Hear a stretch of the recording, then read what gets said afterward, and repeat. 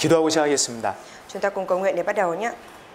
은혜로우시고 자비로우신 우리 아버지 하나님 진심으로 감사드립니다. Chúng con thật lòng dâng lời cảm tạ Đức Chúa Trời là Cha của chúng con, là đấng đầy dẫy tình yêu thương và ân điển. 죄인으로 태어나 죄 가운데 살던 저희를 긍휼히 여겨주시고 또 구원해 주신 그 놀라우신 은혜에 진심으로 감사드립니다. Chúa ơi, chúng con thật lòng dâng lời cảm tạ Chúa vì Ngài đã dùng huyết báu của Đức Chúa Giêsu mà tẩy sạch tội lỗi của chúng con một lần đủ cả, cứu rỗi chúng con và thương xót chúng con.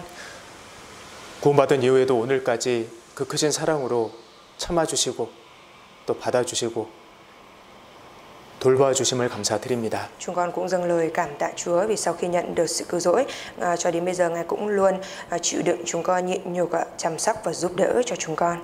오늘 이 시간 주의 말씀을 사모하여 모인 우리 하나님께 형제자매님들 주께서 각자에게 필요한 말씀으로 교훈해 주시고 또 마음을 일깨워 주시길 간구드립니다. Chúng con khao khát cầu nguyện xin Chúa Ngài cũng giúp đỡ cho các anh chị em của chúng con là những người khao khát lời của Chúa. Ngày hôm nay đã đến đây trước lời của Chúa để nghe lời của Ngài. Nguyện xin Chúa Ngài hãy ban cho các anh chị em của chúng con lời của Chúa cần thiết cho tấm lòng của từng anh chị em và nâng đỡ cho tấm lòng của các anh chị em chúng con. 저희가 이 마지막 때에 마음을 지키며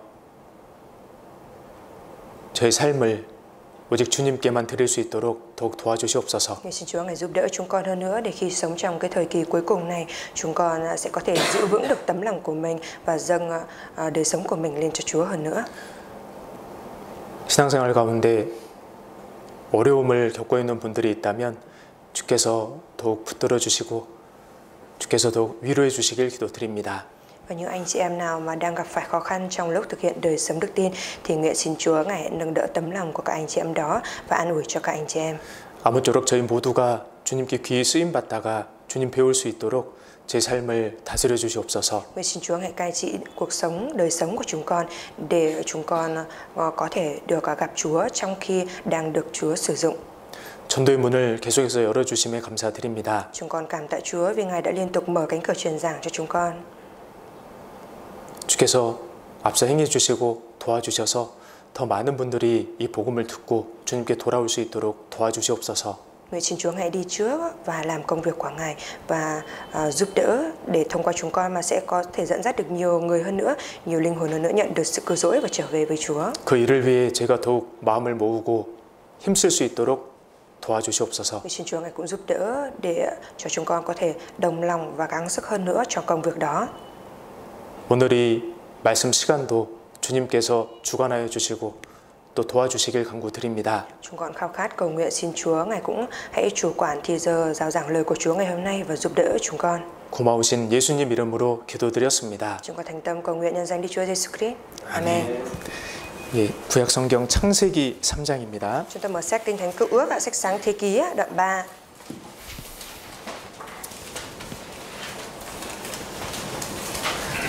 창세기 3장 1절입니다.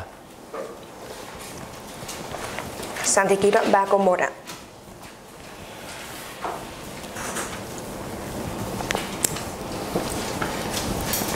같이 읽겠습니다. Sách Sáng Thế Ký đoạn 3 câu 1 ạ, chúng ta cùng đọc với nhau nhé. 여호와 하나님의 지으신 들 짐승 중에 뱀이 가장 간교하더라. 뱀이 여자에게 물어 가로되 하나님이 참으로 너희더러 동산 모든 나무의 실과를 먹지 말라 하시더냐. 예, 솔로몬의 재판을 기억하실 겁니다. Có lẽ là chúng ta cũng nhớ đến cái sự xét xử của Salomon ạ. 두 여인이 한 아이를 두고 이제 서로 엄마라고 주장하는 내용인데요. Đó là cái nội dung mà hai người phụ nữ cứ khăng khăng rằng cái đứa trẻ đó là con ruột của mình ạ. 그 아이의 진짜 엄마를 통해서는 하나님의 사랑을 알 수 있습니다. Và thông qua người mẹ ruột của đứa bé đó thì chúng ta có thể biết được tình yêu thương của Đức Chúa Trời ạ. 솔로몬이 아이를 둘로 나눠서 반씩 나눠주라고 했을 때요. Và lúc mà Salomon nói rằng hãy đứa trẻ ra làm đôi và chia cho mỗi người một nửa, 진짜 그 아이 엄마 마음에 불이 붙었습니다. thì tấm lòng của người mẹ ruột đã như kiểu là bị thiêu cháy ạ. 네, 우리도 그렇습니다. Chúng ta cũng như thế vậy ạ. 우리가 지옥 갈 수밖에 없었던 그 운명 앞에서요. Và đứng trước cái vận mệnh là không thể nào không đi xuống địa ngục. 우리 하나님 마음에 불이 붙으셨습니다. Thì tấm lòng của Đức Chúa Trời cũng như bị thiêu cháy ạ. 그래서 독생자를 우리에게 보내주셨어요. Thế nên Đức Chúa Trời đã sai con một của Ngài xuống với chúng ta. 그리고 그 아이를 뺏으려고 했던 가짜 엄마를 통해서는 사단의 마음을 알 수 있습니다. Và thông qua cái người mẹ giả muốn cướp lấy cái đứa bé kia thì chúng ta cũng có thể biết được tấm lòng của ma quỷ là như thế nào ạ. 솔로몬이 아이를 반으로 나눠서 서로 나눠 가져라라고 했을 때요. Lúc mà Salomon nói rằng hãy bổ đứa trẻ ra làm đôi và chia cho mỗi người một nửa. 그 엄마가 아니었던 여인은 그렇게 하십시오. 반으로 잘라서 내 것도 되지 말고 저 사람 것도 되지 말게 해주십시오. Thì cái người mẹ giả kia thì đã nói rằng đúng vậy, hãy bổ đứa trẻ ra làm đôi để nó không thuộc về tôi và cũng chẳng thuộc về chị đó. 여러분 이거 진짜 잔인한 말입니다. Thưa mọi người, cái lời đó là một cái lời thực sự rất tàn nhẫn ạ. 사람이라면 할 수 없는 말이에요. Đó là cái lời mà nếu như là con người thì không thể nào mà thốt ra được cái lời như thế vậy. 죽은 아이를 반으로 나누는 것도 얼마나 잔인한 일입니까? 그런데 살아있는 아이를 반으로 나누라고 해요. Bổ một đứa trẻ đã chết ra làm đôi cũng là một cái điều tàn nhẫn biết bao nhiêu. Nhưng mà ở đây lại còn nói rằng bổ cái đứa trẻ còn sống đó ra làm đôi ạ. 정말 악하지 않습니까? Thực sự không rất ác độc hay sao ạ? 예, 사단이 그렇습니다. Và Satan thì như thế vậy ạ. 하나님이 우리에게 주려고 하시는 게 있습니다. Có điều mà Đức Chúa Trời muốn ban cho chúng ta. 영원한 구원과 영원한 영광이에요. Đó chính là sự cứu rỗi đời đời và vinh quang đời đời ạ. 그것만 진짜 내게 되는 거예요.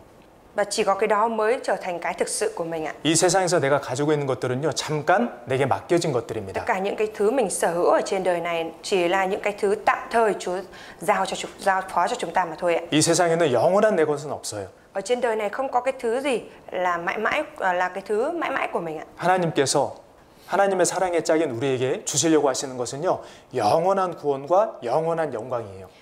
Điều mà Đức Chúa Trời là đấng đã sáng tạo ra chúng ta làm đối tượng yêu thương của Ngài muốn ban cho chúng ta là gì ạ? Đó chính là sự cứu rỗi đời đời và phần thưởng đời đời ạ. 근데 마귀는 이것을 얻을 수가 없어요. Nhưng mà ma quỷ thì không thể nào mà đón nhận được cái điều này ạ. 자기가 어차피 못 얻는 거 우리들도 얻지 못하게 하려고 합니다. Và nó cố gắng để khiến cho chúng ta cũng không nhận được những cái mà nó không nhận được ạ. 그래서 마귀는요, 사람들이 구원받지 못하게 합니다. Thế nên là ma quỷ nó tìm mọi cách để khiến cho con người không nhận được sự cứu rỗi ạ. 그리고 마귀는요, 구원받은 그리스도인들이 영광을 얻지 못하게 합니다. Và nó cũng khiến cho những cơ đốc nhân đã nhận được sự cứu rỗi không nhận được vinh quang ạ. 그래서 자신의 지혜와 능력을 총동원해서 사람들이 구원받지 못하게, 그리스도인들이 영광을 얻지 못하게 방해합니다. Thế nên nó huy động tất cả mọi cái sự khôn ngoan, thông minh và mọi cách thức rồi cũng mọi trí tuệ mà mình có, mọi khả năng mình có để khiến cho những người không tin không thể nhận được sự cứu rỗi và nó cản trở để cho những cơ đốc nhân không làm được điều đó. 하나님께서는 하나님의 지혜와 능력을 사용하셔서 모든 사람이 구원을 받고 진리를 아는 데 이를 수 있도록 일하고 계십니다. Còn Đức Chúa Trời thì Ngài đang làm việc, Ngài đang huy động tất cả mọi cái quyền năng của Ngài để làm việc thông qua người đã nhận được sự cứu rỗi để giúp đỡ cho những người không tin nhận, dù chỉ là thêm một người nhận được sự cứu rỗi ạ. 사단은요, Còn ma quỷ thì sao ạ? 자신의 지혜와 능력을 사용해서 Nó sử dụng cái sự khôn ngoan và năng lực của nó 모든 사람이 구원을 받지 못하고 모든 사람이 진리를 모르도록 방해하고 있습니다. để cản trở cho tất cả mọi người, không ai có thể nhận biết ra chân lý và không ai có thể nhận được sự cứu rỗi ạ. 여러분, 하나님은 늘 우리를 강건케 해주십니다. Thưa mọi người, Đức Chúa Trời thì luôn luôn vực dậy chúng ta. 늘 우리를 도와주십니다. Ngài luôn luôn giúp đỡ chúng ta. 위로해 주시고요. Ngài luôn an ủi. 사랑을 알게 해주시고요. Và Ngài cho chúng ta nhận biết ra tình yêu thương ạ. 그래서 그 하나님이 주실 영광을 위해 살아갈 수 있도록 늘 도와주셔요. Thế nên Ngài luôn giúp đỡ để cho chúng ta có thể sống vì vinh quang của Đức Chúa Trời ạ. 주께서 내 곁에 서서 강건케 하심은 Chúa luôn đứng cạnh tôi và giúp đỡ tôi. 여러분, 주님은요, 우리를 늘 강건하게 해주세요. Thưa mọi người, Chúa luôn luôn đứng ở bên cạnh và ban năng lực cho chúng ta. 마음에 힘을 주세요. Ngài cũng ban sức lực cho tấm lòng chúng ta. 왜요? Tại sao ạ? 나로 말미암아 전도의 말씀이 온전히 전파되어 이방인으로 듣게 하려 하심이니. Để ta có thể truyền giao tin lành một cách chu toàn cho tất cả dân ngoại đều nghe và ta đã được giải cứu khỏi hàm sư tử. 하나님께서는 우리가 하나님 뜻대로 살 수 있도록 늘 돕고 계십니다. Đức Chúa Trời Ngài đang luôn luôn giúp đỡ chúng ta để cho chúng ta có thể làm được công việc của Chúa. 마귀는요, Còn ma quỷ thì sao ạ? 구원받은 그리스도인들이 열정적으로 살지 못하도록 지금도 방해하고 있습니다. Ngay cả bây giờ ma quỷ nó cũng đang không có thực hiện được một đời sống đức tin ra dáng là một cơ đốc nhân ạ. 우리가 영원한 영광을 받지 못하도록요. Để cho chúng ta không thể nhận được vinh quang đời đời ạ. 여러분, 구원받는 그리스도인 한 사람이 온전히 마음을 주님께 드리면요, Khi mà một cơ đốc nhân đã nhận được sự cứu rỗi mà dâng chọn cái tấm lòng của mình, một cơ đốc nhân đó mà dâng chọn được cái tấm lòng của mình lên cho Chúa, 그 사람을 통해서 많은 사람이 구원을 받을 수 있습니다. thì thông qua người đó sẽ có nhiều người có thể nhận được sự cứu rỗi. 구원받은 그리스도인들이 온전히 자기 마음을 하나님께 드리면요. Khi mà các cơ đốc nhân mà dâng chọn lòng của mình lên cho Chúa, 그 사람을 통해서 주변의 많은 그리스도인들이 격동을 받습니다. thì những cái người xung quanh của những cơ đốc nhân đó sẽ được khích lệ và sẽ được dục dã ở trong lòng ạ. 사단은 그걸 잘 알아요. Và Satan thì nó biết rõ điều đó ạ. 과연 너희 열심히 퍽 많은 사람들을 격동시켰느니라. Lòng nhiệt thành của anh em đã dục dã nhiều người ạ. 신앙생활 열심히 하신 분들 보면 격동이 되잖아요. Khi mà chúng ta nhìn vào những người mà thực hiện đời sống đức tin chăm chỉ thì chúng ta cũng được dục dã, đúng không ạ? 저도 이번에 하이정 집회 다녀왔는데요. 마음이 격동이 됐습니다. Và lần này khi mà thầy đi truyền giáo ở Hải Dương về thì thầy cũng được dục dã trong lòng ạ. 거기 계신 수원자매님이요. 전도를 열심히 하셔요. Và ở tại đó thì người chị em Xuân đã truyền giảng rất chăm chỉ ạ. 전도하는데 거침이 없으세요. Người chị em không ngần ngại trong cái việc truyền giảng ạ. 여러분 구원 안 받으시면 지옥 갑니다라고 말하세요. Và người chị em Xuân thì nói với những cái người ở xung quanh đó rằng nếu mọi người không nhận được sự cứu rỗi thì mọi người sẽ đi xuống địa ngục. 여러분 천국 가셔야 합니다. Mọi người cần phải được đi lên thiên đàng. 여러분 이 말씀 듣고 우리가 같이 천국 가야 됩니다. 이런 말을요 계속 하세요. Và người chị em cứ liên tục nói rằng mọi người ơi, mọi người phải nghe bài giảng này để chúng ta có thể cùng nhận được sự cứu rỗi và cùng lên được thiên đàng ạ. Người chị 제가 em liên 마음에 tục nói như 격동이 vậy. 많이 됐습니다. Và khi mà thấy hình ảnh đó thì thầy cũng được dục dã nhiều ạ. 이 자매님은 나이가 60이 넘었습니다. Người chị em Xuân thì đã được hơn 60 tuổi rồi ạ. 성경을 많이 아시는 것도 아니에요. Mà cũng không phải là người chị em biết nhiều kinh thánh đâu ạ. 근데 확실한 증인의 말은 힘이 있잖아요. Nhưng mà lời nói của một nhân chứng chắc chắn thì có trọng lượng, đúng không ạ? 정말 힘있게 전도하십니다. Thực sự là người chị em đã truyền giảng một cách rất là mạnh mẽ. 그런 분들을 보면 우리 마음에 격동이 되잖아요. Khi mà nhìn thấy hình ảnh của những người như thế vậy thì chúng ta cũng được dục dã trong lòng. 사단이 이걸 압니다. Và Satan thì biết được điều này. 한 사람의 그리스도인들이 마음을 주님께 온전히 드리면요. Mà Satan nó biết được rằng khi mà một cơ đốc nhân dâng chọn lòng của mình lên cho Chúa, 그 사람을 통해서 사람들이 구원을 받고 thì thông qua người đó sẽ có người khác nhận được sự cứu rỗi. 그 사람을 통해서 그리스도인들이 격동받는다라는 걸 압니다. Và nó cũng biết được rằng thông qua cái người đó thì những cơ đốc nhân xung quanh cũng sẽ được dục dã trong lòng. 그러니까 사단은요 어떻게든 그렇게 하지 못하도록 방해하는 거예요. Thế nên là Satan nó làm bằng mọi cách để cản trở cho cơ đốc nhân không có dâng chọn lòng ạ. 가정에서도 한 사람의 신앙이 바로 세워지면요 가정의 분위기가 달라집니다. Ngay cả ở trong một gia đình cũng như vậy. Nếu như một thành viên mà được xây dựng một cái đời sống đức tin vững chắc thì cũng sẽ dục dã được những thành viên còn lại trong gia đình ạ. 남편이 아버지가 주님을 위해 뜨겁게 살아가면요 가족들이 영향을 받습니다. 격동을 받아요. Nếu như mà người chồng, người bố mà thực hiện đời sống đức tin nóng bỏng nhiệt huyết thì cũng sẽ dục dã tấm lòng của những thành viên còn lại ạ. 아내가 어머니가 주님을 위해 뜨겁게 살아가면 남편과 아이들이 격동을 받습니다. Và nếu như mà người mẹ hay là người vợ này mà thực hiện đời sống đức tin một cách nhiệt huyết, nóng bỏng như thế vậy thì chồng và con cái cũng sẽ được dục dã trong lòng ạ. 한 사람의 성도가 주를 위해 헌신하면요 교회 형제자매들이 격동을 받습니다. Và một thánh đồ dâng hiến rồi hiến thân rồi dâng mình lên cho Chúa thì những thánh đồ xung quanh cũng sẽ được dục dã. 사단은 그게 두려운 겁니다. Và Satan thì nó sợ điều đó. 그래서 어떻게든 그걸 막고 있는 거예요. Thế nên nó làm bằng mọi cách để cản trở điều này ạ. 우리 모두가 열심을 품고 주님을 뜻을 위해 살아가는 것을 사단은 두려워합니다. Satan nó sợ cái việc mà chúng ta cố gắng hết sức để sống theo ý muốn của Chúa. 그러니까 사단은 지금도요 우는 사자같이 두루다니면서 삼킬 자를 찾고 있어요. Thế nên ngay cả bây giờ Satan nó cũng giống như sư tử gầm thét rình rập xung quanh tìm mồi để cắn nuốt ạ. 불신자들이 구원받지 못하도록 Nó làm như thế vậy để khiến cho những người không tin không nhận được sự cứu rỗi 그리스도인들이 영광을 받지 못하도록요. và khiến cho những cơ đốc nhân không nhận được vinh quang ạ. 여러분 사단이 있습니다. Thưa mọi người, có Satan đấy ạ. 실제로 있습니다. Và Satan là có thật ạ. 우리와 우리 가족의 파멸을 원하는 사단이 있습니다. Có Satan là kẻ muốn hủy hoại, phá hủy chúng ta và gia đình của chúng ta. 우리 가까이에요. Và nó ở gần với chúng ta. 그래서 오늘은 이 사단에 대해서 한번 같이 생각을 Thì 해보겠습니다. ngày hôm nay chúng ta sẽ cùng nhau suy nghĩ về Satan ạ. 먼저 이 사단을 알기 전에 먼저 천사를 알아야 합니다. Trước tiên thì để biết được về Satan thì chúng ta phải biết về thiên sứ trước đã. 왜냐하면 사단은 천사가 타락해서 사단이 됐거든요. Tại vì Satan là thiên sứ đã bị bại hoại và trở thành Satan đấy ạ. 이 앞에 보시겠습니다. Chúng ta nhìn lên đằng trước này ạ. 천사에 대한 말씀이에요. Đây là lời nói về thiên sứ ạ. 능력이 있어 여호와의 말씀을 이루며 Hỡi các thiên sứ của Đức Giê-hô-va là các đấng có sức mạnh làm theo mệnh lệnh Ngài. 예, 천사는 능력이 있습니다. Thiên sứ thì có sức mạnh ạ. 그 말씀의 소리를 듣는 너희 천사여. Hỡi các thiên sứ vâng theo tiếng Ngài ạ. 예, 천사들은 하나님의 말씀을 직접 듣습니다. Các thiên sứ thì được trực tiếp nghe lời của Đức Chúa Trời phán ạ. 그리고 하나님 말씀에 순종해서 하나님의 뜻을 행하는 일을 합니다. Và thiên sứ làm công việc là vâng theo lời của Chúa rồi làm theo đúng như ý muốn của Chúa ạ. 여호와를 봉사하여 그 뜻을 행하는 너희 모든 천군이여.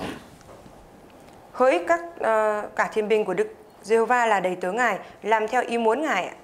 여기서 우리가 봉사할 때 뭐에 대해 주의해야 되는지 알 수 있죠? Khi mà làm theo ý muốn của Chúa, tức là phục vụ Chúa, thì chúng ta cần phải biết, cần phải chú ý cái điều gì ạ? 무엇입니까? Điều gì ạ? 말씀을 잘 듣고 그 말씀의 뜻에 따라서 봉사를 해야 되는 겁니다. Đó là vâng theo tiếng Ngài, tức là phải nghe lời của Chúa thật tốt và làm theo đấy ạ. 봉사는 하나님의 뜻을 행하는 거거든요. Bởi vì cái việc phục vụ Đức Chúa Trời là làm theo ý muốn của Đức Chúa Trời ạ. 예, 어쨌든 천사는 하나님의 일을 행하는 그 종으로서 일꾼으로서 창조하심을 받았어요. Nói chung thiên sứ là tạo vật được Đức Chúa Trời sáng tạo ra để làm đầy tớ và phục vụ cho Đức Chúa Trời ạ. 여호와의 지으심을 받고 Các tạo vật của Đức Giê-hô-va. 예, 천사는 하나님의 피조물입니다. Các thiên sứ là tạo vật của Đức Chúa Trời ạ. 이 히브리서 12장에 보면요, 이 천사의 수가 천만 천사라고 되어 있습니다. Ở trong sách Hebrew đoạn 12 câu 22 có nói số của thiên sứ là bao nhiêu ạ? Là muôn nghìn thiên sứ ạ. 천만 명이 아니고요. Muôn nghìn thiên sứ ở đây không phải là 10 triệu người đâu ạ. 수없이 많다라는 거예요. Mà muôn nghìn thiên sứ ở đây nó có đem theo cái ý nghĩa là vô số đấy, có vô số thiên sứ đấy ạ. 그래서 요한계시록 5장에 보면 그 수가 만만이요 천천이라. Thế là trong sách Khải Huyền đoạn 5 câu 11 mới nói rằng muôn nghìn thiên sứ ạ. 자, 그런데 천사는 결혼할 수 있어요, 없어요? Thiên sứ có thể kết hôn với nhau không ạ? 없어요. Không ạ. 사람은 결혼을 통해서 출산을 하면 그 수가 늘어납니다. Con người thì lấy nhau và số lượng con người thì gia tăng ạ. 천사는 결혼할 수 없어요. Nhưng mà thiên sứ thì không thể kết hôn được ạ. 그러니까 천사의 수는 하나님께서 처음 만드신 그 수에서 늘어나지 않아요. Thế nên là số lượng các thiên sứ ngay từ ban đầu Đức Chúa Trời sáng tạo ra thì nó vẫn y nguyên như vậy, nó không có gia tăng ạ. 예, 천사의 창조 목적은 바로 하나님을 섬기는 것이고요. Cái mục đích mà Đức Chúa Trời sáng tạo ra các thiên sứ đó là để phục vụ Đức Chúa Trời ạ. 하나님의 일을 행하는 겁니다. Đó là làm công việc của Đức Chúa Trời ạ. 천사 중에 유명한 천사가 가브리엘이라는 천사가 있어요. Một trong các thiên sứ thì có một thiên sứ nổi tiếng là thiên sứ tên là Gabriel ạ. 가브리엘은 하나님의 뜻을 사람들에게 전하는, 소식을 전하는 일을 합니다. Thiên sứ Gabriel thì làm công việc là truyền giao ý muốn và lời của Đức Chúa Trời cho người khác ạ. 그래서 가브리엘 천사가 세례요한의 아버지에게 찾아갔어요. Thế nên là thiên sứ Gabriel thì đã tìm đến Sachari là cha của 세례요한. cha của Giăng Báp-tít ạ. 네. 그래서 세례요한의 출생에 대해서 그 소식에 대해서 알려줬습니다. Tức là thiên sứ Gabriel này đã đến gặp Sachari là cha của Giăng Báp-tít á, thì đến xuất hiện ra và nói với cả Sachari rằng vợ của ngươi sẽ mang thai và sinh ra Giăng Báp-tít ạ. 네. 그리고 천사들은 그리스도인을 섬기는 일을 합니다. Và các thiên sứ thì làm công việc là phục vụ các cơ đốc nhân ạ. 자, 히브리서 보겠습니다. Chúng ta mở sách Hebrew, 히브리서 1장 Hebrew đoạn 1 ạ. 14절. Đoạn 1 câu 14 ạ.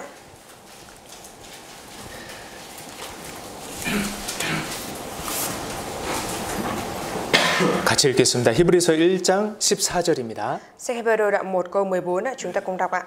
모든 천사들은 부리는 영으로서 구원 얻을 후사들을 위하여 섬기라고 보내심이 아니뇨. 예, 구원 얻을 후사들, 구원받은 사람들을 섬기는 일을 천사들이 하고 있어요. Các thiên sứ đang làm cái công việc là phục vụ những người thừa hưởng ạ.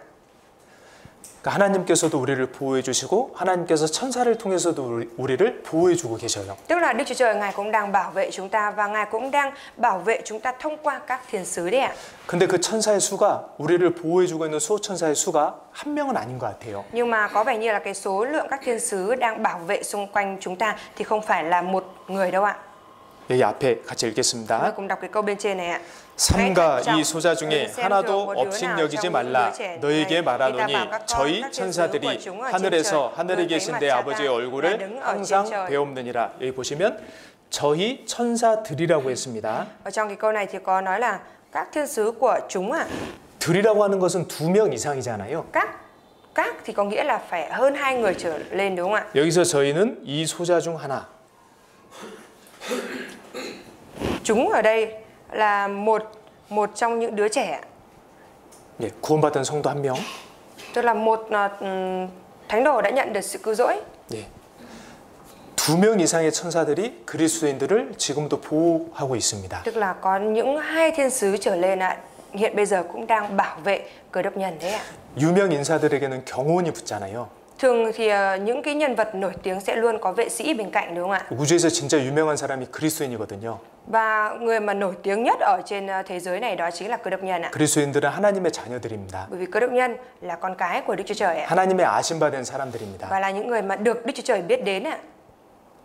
마귀도 알아요. Và ma quỷ cũng biết đến Cơ đốc nhân ạ. 그래서 우리에게 하나님이 경호원 같은 천사들을 붙여주신 Thế 거예요. nên là Đức Chúa Trời mới sai thiên sứ đến như là vệ sĩ để bảo vệ xung quanh cơ đốc nhân chúng ta. 알고 믿으면요, 어려운 상황에서도 안심할 수 있습니다. thế là khi mà chúng ta biết đến sự thật này ạ, thì cho dù là ở trong hoàn cảnh khó khăn thì chúng ta vẫn có thể an tâm được ạ. 여러분 여기 이 사람이 축구 선수 메시예요.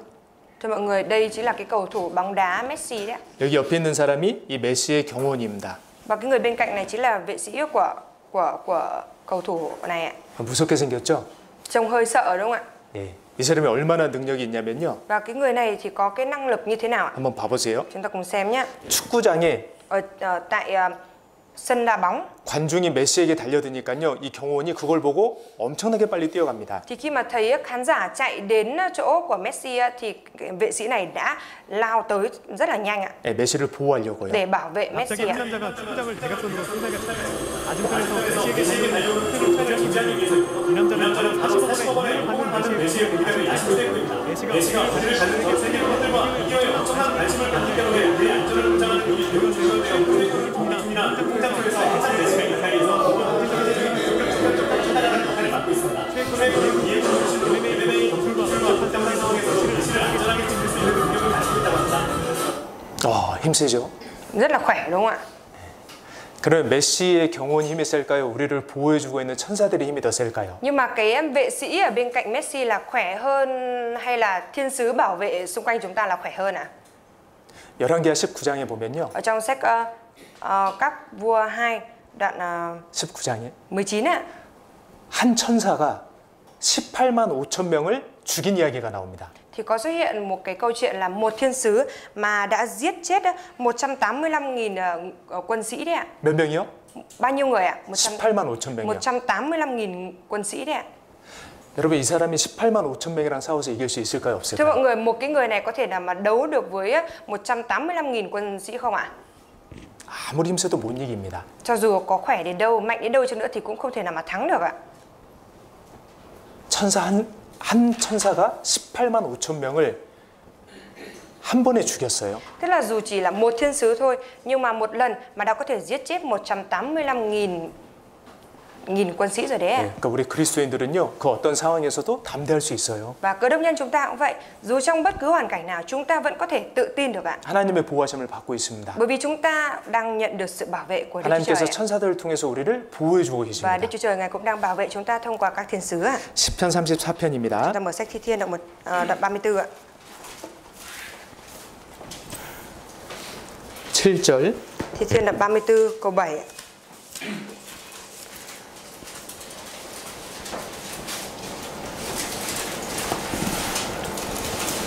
같이 읽겠습니다. 시편 34편 7절입니다. Thi Thiên đoạn 34 câu 7 ạ. Chúng ta cùng đọc với nhau nhé. 여호와의 사자가 주를 경외하는 자를 둘러 진치고 저희를 건지시는도다. 여기 여호와의 사자가 천사예요. Thiên sứ của Đức Giê-hô-va. 누가 주를 경외합니까? 그리스도인이에요. Ai là những người kính sợ Đức Chúa Trời ạ? Đó chính là cơ đốc nhân đúng không ạ? 천사들이 그리스도인들을 둘러 진치고 저희를 건지는도다.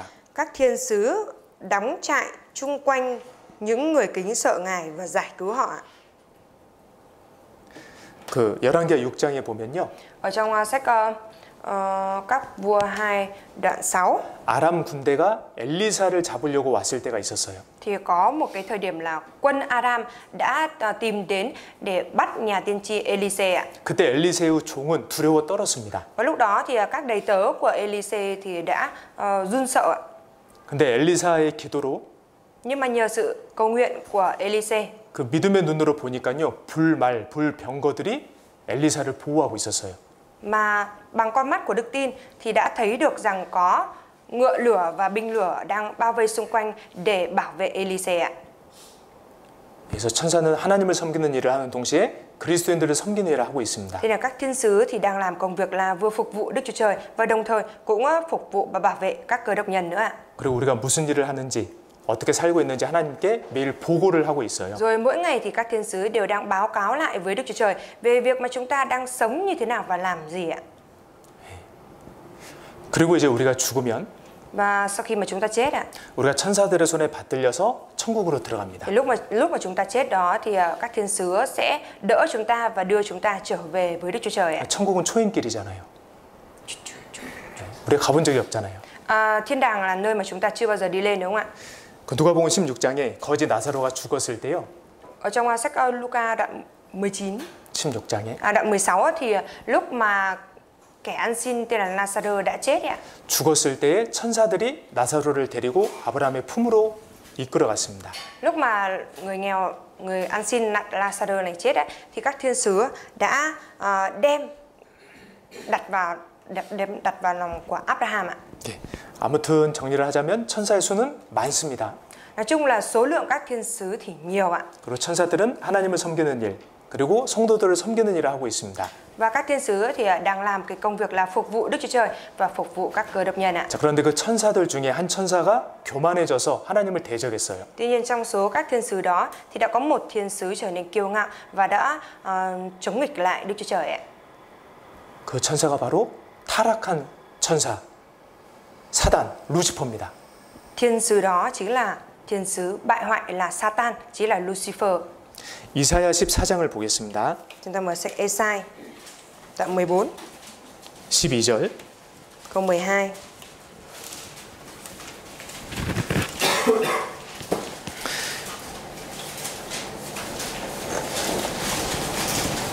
여기 12절에는요. 12절부터 15절까지는 사단의 기원, 타락한 이유, 사단의 최종적인 운명에 대해 기록되어 있습니다.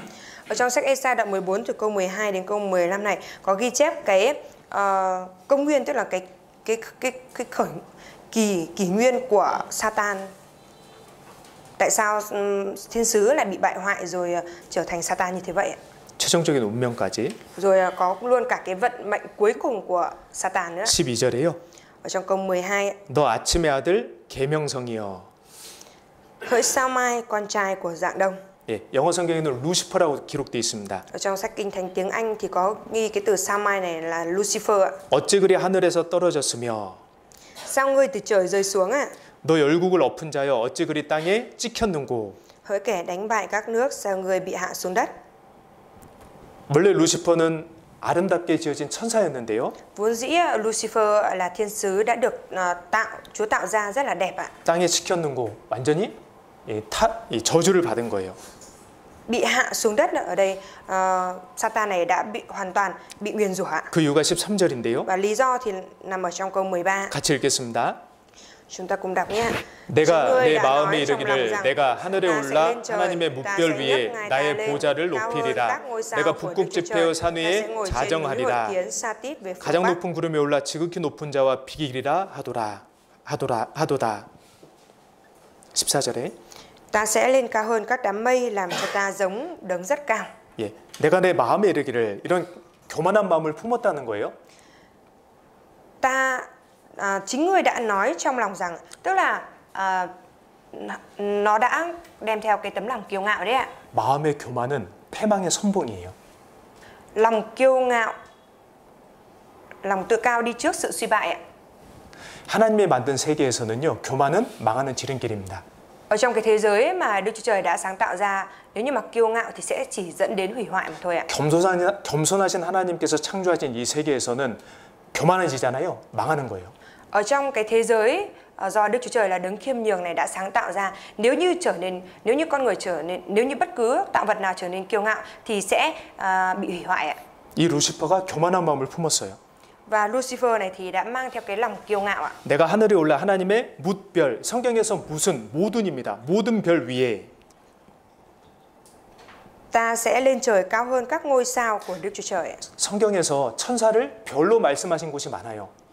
Ở trong sách Kinh Thánh thì có nhiều chỗ nói Satan chính là sao ạ, ngôi sao ạ. 그러니까 이 루시퍼가요, 모든 천사 위에 내가 제일 높아질 거다. Và Lucifer này thì đang nói rằng ta sẽ nhấc ngai ta lên cao hơn các ngôi sao ạ. 더 나아가서 14절에 가장 높은 구름에 올라 지극히 높은 자와 비길이라. Và tiến xa hơn nữa là trong câu 14, ta sẽ lên cao hơn các đám mây, làm cho ta giống đấng rất cao ạ. 지극히 높으신 자 누구십니까? Đấng rất cao là ai ạ? 하나님이셔요. Là Đức Chúa Trời ạ. 하나님까지 대적을 했어요. Tức là Lucifer, Satan này đã đối đầu với cả Đức Chúa Trời ạ. 그 결과는요. Và hậu quả là gì ạ? 15절입니다. Trong câu 15 ạ. 같이 읽겠습니다. Chúng ta cùng đọc ạ. 그러나 이제 내가 음부 곧 구덩이의 맨 밑에 빠치우리로다. 지옥이에요. Chính là địa ngục đấy ạ. 음부 곧 지옥입니다. Âm phủ chính là địa ngục ạ. 그러니까 이 사단은 하나님이 주신 그 위치를 떠난 거예요. Thế nên là Satan nó đã rời khỏi cái vị trí mà Đức Chúa Trời đã sắp đặt cho nó. 하나님이 주신 위치는 하나님을 섬기고 성도를 섬기는 위치입니다. Vị trí mà Đức Chúa Trời đã sắp đặt cho nó đó là vị trí phục vụ Đức Chúa Trời và phục vụ các thánh đồ ạ. 근데 이 사단은요, 그 하나님이 주신 질서를 무시했어요. Nhưng mà Satan này nó đã coi thường cái trật tự mà Đức Chúa Trời đã quy định ra. 뿐만 아니라 자기가 가장 높아지려고 했고, Không những thế, nó còn muốn nâng mình lên rất cao nhất ạ. 더 나아가서 하나님을 대적했습니다. Và tiến xa hơn nữa, nó còn đối đầu lại với Đức Chúa Trời ạ. 결국 사단이 된 거예요. Thế cuối cùng nó đã biến thành Satan ạ. 그리고 그 사단을 따랐던 다른 천사들, 모든 천사의 3분의 1, 그들도 같이 타락됐습니다. Rồi những cái thiên sứ đi theo nó ấy, tức là 1/3 trong các thiên sứ đi theo nó cũng đều trở nên bại hoại như vậy ạ. 그러니까 사단이 타락을 할 때요, 모든 천사의 3분의 1이 같이 사단 편에 들어서 하나님을 대적했어요. Tức là khi mà cái thiên sứ Lucifer này bị bại hoại và thành Satan như thế thì 1/3 các thiên sứ mà đi theo nó cũng đều bị bại hoại và trở thành Satan. 그래서 여기 요한계시록 12장 4절에 보시면요, 그 꼬리가 하늘 별은 천사라고 말씀드렸습니다. 3분의 1을 끌어다가 땅에 던지더라. Thế ở trong sách Khải Huyền đoạn 12 câu 4 này có nói rằng đuôi kéo theo 1/3 các ngôi sao trên trời. Các ngôi sao là thiên sứ đúng không ạ? Và ném xuống đất ạ. 네, 이 땅으로 떨어진 거예요. Tức là 1/3 thiên sứ đi theo đuôi của Satan đó 그걸 예수님도 bị ném 보셨어요. xuống đất này ạ. Và Đức Chúa Giêsu cũng đã thấy điều đó. 네, 그래서 예수님께서 예수께서 이르시되 사단이 하늘로서 번개같이 떨어지는 것을 내가 보았노라. Nên Đức Chúa Giêsu mới nói rằng Đức Chúa Giêsu phán với họ, ta đã thấy quỷ Satan từ trời sa xuống như chớp ạ. 천사가 능력이 있었잖아요. Thiên sứ thì có năng lực đúng không ạ? 사단도 능력이 있습니다. Satan cũng có năng lực ạ. 사단이 지혜가 있고 능력이 있습니다. Satan nó có sự khôn ngoan và có năng lực đấy ạ. 가끔 Thi thoảng ạ. 어떤 사람을 통해서 죽은 사람의 말투나 그런 행동을 흉내내는 경우가 있어요. Thi thoảng có những cái trường hợp mà Satan nó bắt chước cái cách nói hay là cái hành động của người đã chết. 네, 점 보러 갔는데 Tức là đi xem bói. 그 점치는 사람이요, 갑자기 돌아가신 할머니처럼 말을 하는 거예요. Thì cái thầy bói này đột nhiên nói giống như cái người bà đã chết ạ. 돌아가신 할머니만 알고 있는 얘기를 말하는 거예요. Rồi nói những cái việc mà chỉ có người bà đã chết đó mới biết ạ. 그거는요, 진짜 귀신이 그 사람에게 알려주거나 귀신이 거기 들어간 겁니다. Đó chính là cái việc mà Satan nó nói cho cái người thầy bói này biết ạ, hoặc là nó trực tiếp vào trong cái người thầy bói đó để nói ra. 그래서 신명기 18장에도 보면 신 접한 사람을 너희 중에 용납하지 말아라라고 하셨어요. Thế là ở trong sách Phục truyền luật lệ ký đoạn 18 thì câu 11 có nói rằng Không được làm đồng bóng ạ. 왜냐면 사단이 지혜가 있거든요. Tại vì sao? Tại vì Satan nó có sự khôn ngoan ạ. 돌아가신 할머니에 대해 알 거 아닙니까? Và chẳng phải nó biết về cái người bà đã chết hay sao ạ? 그러니까 똑같이 흉내낼 수 있는 거예요. Thế nên nó có thể bắt chước giống y hệt như thế vậy ạ. 그리고 이 마귀는 능력도 있습니다. Và Satan thì nó có năng lực nữa. 이 사단이 하나님께 욥에 대해서 이간질을 했어요. Satan đã ly gián gióp với Đức Chúa Trời ạ. 그래서 하나님께서 허락을 하셔서 사단 마귀가 양 7천 마리를 죽이는 불을 하늘에서 내려오게 합니다. Thế Đức Chúa Trời đã cho phép Satan có cái năng lực là giáng lửa xuống để thiêu chết 7.000 con chiên gia súc của Gióp ạ. 양 7천 마리가 죽을 정도의 불이면요, 진짜 큰 불이에요. Một cái lửa mà có thể thiêu chết 7.000 con chiên thì đó là một ngọn lửa rất lớn, đúng không ạ? 그 불이 하늘에서 내려왔어요. Và lửa đó thì đã từ trời giáng xuống ạ. 마귀의 능력으로요. Đấy là bằng quyền năng của Satan, của ma quỷ 그리고 ạ. 적그리스도가 등장하면요, Và khi kẻ chống đấng Christ xuất hiện ạ, 그 적그리스도를 홍보하고 옆에서 도와주는 자가 거짓 선지자인데, thì cái kẻ mà ở bên cạnh rồi quảng bá về cái kẻ chống đấng Christ này chính là những nhà tiên tri giả. 그 거짓 선지자도 마귀의 도움으로 하늘에서 불이 내려오게 합니다. Và những nhà tiên tri giả đó cũng nhờ cái năng lực của ma quỷ mà có thể khiến lửa từ trời giáng xuống ạ. 그 적그리스도가 나중에 나타날 겁니다. Sau này thì kẻ chống đấng Christ cũng sẽ xuất hiện ạ. 칼에 맞아요. Và sẽ bị gươm đâm vào ạ. 거의 죽게 될 거라 그랬어요. Và trong sách Kinh Thánh thì có miêu tả rằng dường như sắp chết ạ. 살 수 있는 가능성이 없어요. Và không có khả năng để sống sót ạ. 근데 마귀의 능력으로 그 적그리스도가 다시 살아납니다. Nhưng mà nhờ cái năng lực của ma quỷ của Satan đó mà kẻ chống đấng Christ này đã được sống lại ạ. 그래서 세상 사람들이 적그리스도를 쫓아가는 거예요. Thế nên là những người thế gian bắt đầu đi theo cái kẻ chống đấng Christ đó ạ. 물론 그때 구원받은 그리스도인들은 없습니다. Hiển nhiên thì lúc đó là cái thời điểm mà không còn cơ đốc nhân đã nhận được sự cứu rỗi nữa. 마귀가 능력이 있습니다. Mà có năng lực, ma quỷ nó có năng lực đấy ạ. 근데 마귀는 사람 마음은 몰라요. Nhưng mà ma quỷ nó không biết được tấm lòng của con người ạ. 주만 홀로 인생의 마음을 다 아심이니이다. Chỉ có Chúa mới biết rõ lòng người ạ. 그러니까 욥이요, 하나님께서 재물을 주시니까 하나님을 잘 섬긴다라고 마귀가 착각을 했어요. Thế là ma quỷ nó mới nhầm lẫn là bởi vì Đức Chúa Trời ban cho Gióp nhiều của cải như vậy nên là Gióp mới thờ phượng Chúa. 하나님은 전지하신 분입니다. 모든 걸 다 아세요. Đức Chúa Trời là đấng toàn trí, Ngài biết hết tất cả mọi sự ạ. 마귀는 많이 알아요. Còn ma quỷ thì nó chỉ biết nhiều thôi. 하나님은요, 전능하셔요. 불가능이 없으셔요. Và Đức Chúa Trời là đấng toàn năng, không có điều gì là bất khả năng với Ngài. 마귀는 능력이 있어요. Còn ma quỷ thì nó có năng lực ạ. 능력이 커요.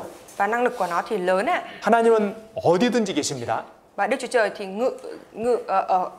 hiện diện ở khắp mọi nơi ạ. 마귀는요, Còn ma quỷ thì sao ạ? 여기저기 돌아다녀요. Nó đi chỗ này đi chỗ kia ạ. 어쨌든 마귀도 능력이 있고 지혜가 있습니다. Nói chung là ma quỷ thì có sự khôn ngoan và có năng lực ạ. 자, 그리고 그 사단의 운명은 뭐냐면요. Nếu vậy thì cái vận mệnh của Satan là gì ạ? 여기 15절. Ở đây câu 15 ạ. 다시 같이 읽겠습니다. Chúng ta cùng đọc với nhau nhé. 그러나 이제 내가 음부 곧 구덩이의 맨 밑에 빠치우리로다. 사단의 운명이에요. Đây chính là vận mệnh của Satan đấy ạ. 정해졌어요. Đã được định sẵn rồi ạ. 사단이 아무리 노력해도 이 운명을 바꿀 수가 없어요. Cho dù Satan nó cố gắng đến đâu đi chăng nữa thì cũng không thể nào mà thoát ra khỏi vận mệnh này ạ. 지옥은 원래 사단을 위해 만들어진 곳입니다. Vốn dĩ địa ngục là nơi làm ra để dành cho Satan ạ. 나를 떠나 마귀와 그 사자들을 위하여 예비된 영영한 불에 들어가라. Hỡi những kẻ bị nguyền rủa hãy lui ra khỏi ta, đi vào lửa đời đời đã chuẩn bị sẵn cho quỷ vương và những quỷ sứ của nó ạ. 그러니까 이제 곧 지옥에 가게 될 사단의 목표는요. Thế nên bây giờ cái mục tiêu của Satan là những kẻ có vận mệnh đi xuống địa ngục, đó là gì ạ? 최대한 많은 사람들을 데리고 지옥에 들어가는 겁니다. Đó là có thể cố gắng dẫn được nhiều nhất những cái người khác đi xuống địa ngục của mình ạ. 거기에 목숨 걸었어요. Và nó đã đặt cược cả tính mạng của nó vào đó rồi ạ. 자신의 지혜와 능력을 거기에 총동원합니다. Và nó huy động tất cả mọi cái sự khôn ngoan và năng lực mình có vào trong công việc đó ạ. 여러분의 구원받지 않은 가족들이 지옥 가도록요. Để khiến cho gia đình của mọi người vẫn chưa nhận được sự cứu rỗi sẽ đi xuống địa ngục ạ. 지금도 노력하고 있어요. Bây giờ ma quỷ nó cũng đang cố gắng làm như thế vậy đấy ạ. 그게 마귀의 존재 목적이에요. Và đấy chính là cái mục đích tồn tại của ma quỷ ạ. 씨 뿌리는 비유도 보면요. Thế khi mà chúng ta nhìn vào cái ẩn dụ gieo giống ạ, 말씀을 들으러 왔는데 người ta đã đến để nghe bài giảng rồi. 마귀가 와가지고 그 말씀을 빼앗아 가잖아요. Nhưng mà ma quỷ đã đến để cướp đi cái lời đó đúng không ạ? 마귀가 있다니까요. Có ma quỷ đấy ạ. 어쨌든 사단의 최종 운명은 마귀의 최종 운명은 지옥입니다. Nói chung là cái vận mệnh cuối cùng của ma quỷ đó chính là địa ngục ạ. 자, 그런데 이 마귀의 괴계, 계략이 있어요. Tuy nhiên ma quỷ thì nó có cái quỷ kế, mưu kế của nó. 중요한 일일수록 철저한 계획이 필요하잖아요. Càng những cái việc quan trọng bao nhiêu thì càng cần phải có một cái kế hoạch triệt để bấy nhiêu đúng không ạ? 마귀도 그냥 일하지 않습니다. Và ma quỷ thì nó cũng không có làm việc không như vậy đâu ạ. 전략이 있습니다. Mà nó có chiến lược đấy. 그리스도인들을 넘어뜨리는 전략이 Nó 있습니다. có chiến lược để khiến cho cơ đốc nhân bị vấp ngã. 그걸 좀 오늘 살펴볼게요. Và ngày hôm nay chúng ta sẽ cùng nhau tìm hiểu về điều đó. 창세기 3장입니다. Trên Sáng Thế Ký đoạn 3.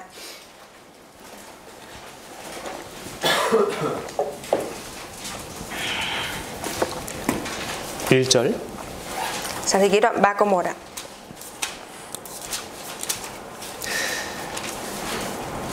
여호와 하나님의 지으신 들짐승 중에 뱀이 가장 강교하더라. 뱀이 여자에게 물어 가로되. 여기까지.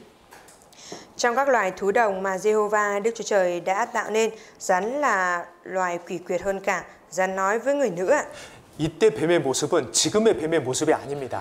Cái hình dạng của con rắn lúc bấy giờ khác với hình dạng của con rắn bây giờ nhé. 하나님께서 6일 동안 천지 창조를 하시고요. 하나님 보시기에 좋았더라라고 하셨어요. Đức Chúa Trời đã sáng tạo ra trời đất và muôn vật trong vòng 6 ngày và Chúa đều nói rằng tốt đẹp.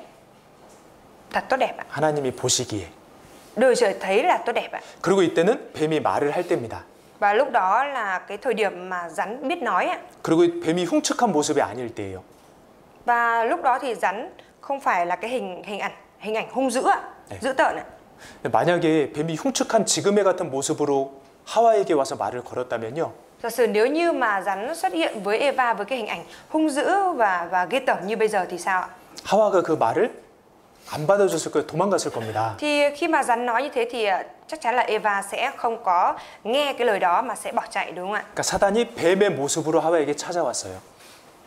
Thì lúc đó thì Satan đã xuất hiện đến với con rắn với cái xuất hiện với đến với Eva bằng cái hình ảnh của con rắn ạ. 사단의 전략 첫 번째는 위장해서 우리에게 다가옵니다. Cái chiến lược thứ nhất của Satan đó là ngụy trang để tiếp cận với chúng ta. 사단이 사단의 모습으로 우리에게 찾아오는 게 아니에요. Chứ không phải là Satan nó tìm đến với chúng ta bằng cái hình ảnh của Satan đâu ạ. 사기꾼이 사기꾼의 모습으로 오면 누가 속겠습니까? Nếu như mà kẻ lừa đảo mà tiếp cận với người khác bằng cái hình dạng của kẻ lừa đảo thì ai mà bị lừa, đúng không ạ? 사단은 위장해서 우리에게 찾아와요. Satan nó ngụy trang để tìm đến với chúng ta. 여기 접어두시고요. Chúng ta kẹp sách này lại. 고린도후서 11장입니다. Và mở sách Cô-rinh-tô 2 đoạn 1 ạ. 고린도후서 11장 Đoạn 11 ạ. Cô-rinh-tô 2 đoạn 11 ạ. 13절부터 15절. Từ câu 13 đến câu 15 ạ.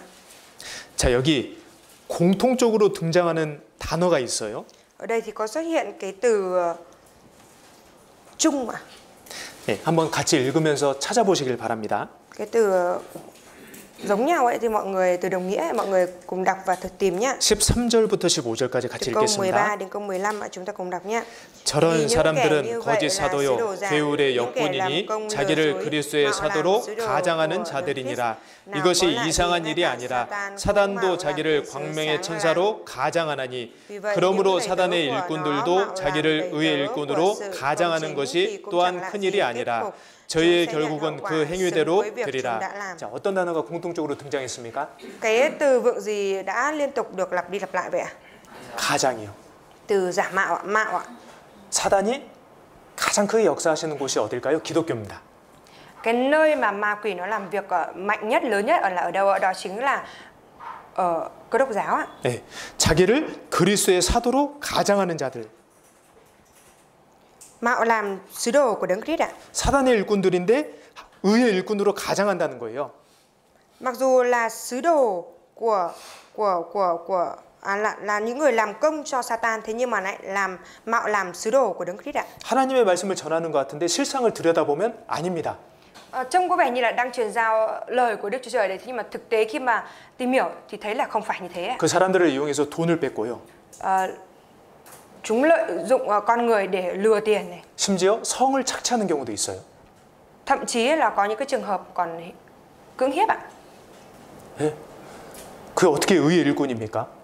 Như thế thì làm sao mà có thể là người làm công chính được ạ? 그게 어떻게 하나님의 일꾼이에요? Làm sao mà những cái người như vậy là người làm công của Đức Chúa Trời được ạ? 사단은요, 기독교의 모습을 가장하고 Satan nó ngụy trang mạo làm cái hình dạng của Cơ Đốc giáo. 지금도 활발하게 활동하고 Và 있습니다. bây giờ nó cũng đang hoạt động rất là sôi nổi như vậy. 마태복음 7장 15절에 보면 거짓 선지자들을 삼가라. 양의 옷을 입고 너희에게 나오나 속에는 노략질하는 일이라. Ở trong sách Matthew đoạn 7 câu 15 có cái lời nói rằng hãy đề phòng bọn tiên tri giả là những kẻ đội lốt chiên đến với các con nhưng bên trong là muông sói hay cắn xé. 겉에서 보면 양 같아요. Nhìn bên ngoài thì giống như con chiên ạ. 친절해요. Trông rất là thân thiện. 착한 것 같아요. Trông hiền lành ạ. 잘 대해주는 것 같아요. Và trông có vẻ như là đối xử rất tốt ạ. 하나님 말씀을 전하는 것 같아요. Và trông có vẻ như là cũng đang truyền giao lời của Đức Chúa Trời ạ. 속에는요. Nhưng mà bên trong thì sao ạ? 노략질하는 일이라. Bên trong thì như là muông sói hay cắn xé. 자기 교인들을 자기 이익의 수단으로 삼는 사람들입니다. Sống vì lợi ích của cá nhân mình mà lừa dối những người đi theo mình ạ. 사단은 가장의 명수예요. 가장을 잘해요. Satan là cái kẻ ngụy trang bậc thầy của việc ngụy trang đấy. 뿐만 아니라 Không những thế, 우리와 가까이 있는 사람들을 통해서도 사단은 찾아옵니다. Satan cũng tìm đến chúng ta thông qua những người thân cận với chúng ta. 베드로를 이용해서 예수님을 넘어뜨리려고 했어요. Satan đã địch tính lợi dụng Phi-e-rơ để làm vấp ngã Đức Chúa Giêsu ạ. 마가복음 8장입니다. Chúng ta mở sách Mác ạ, đoạn 8.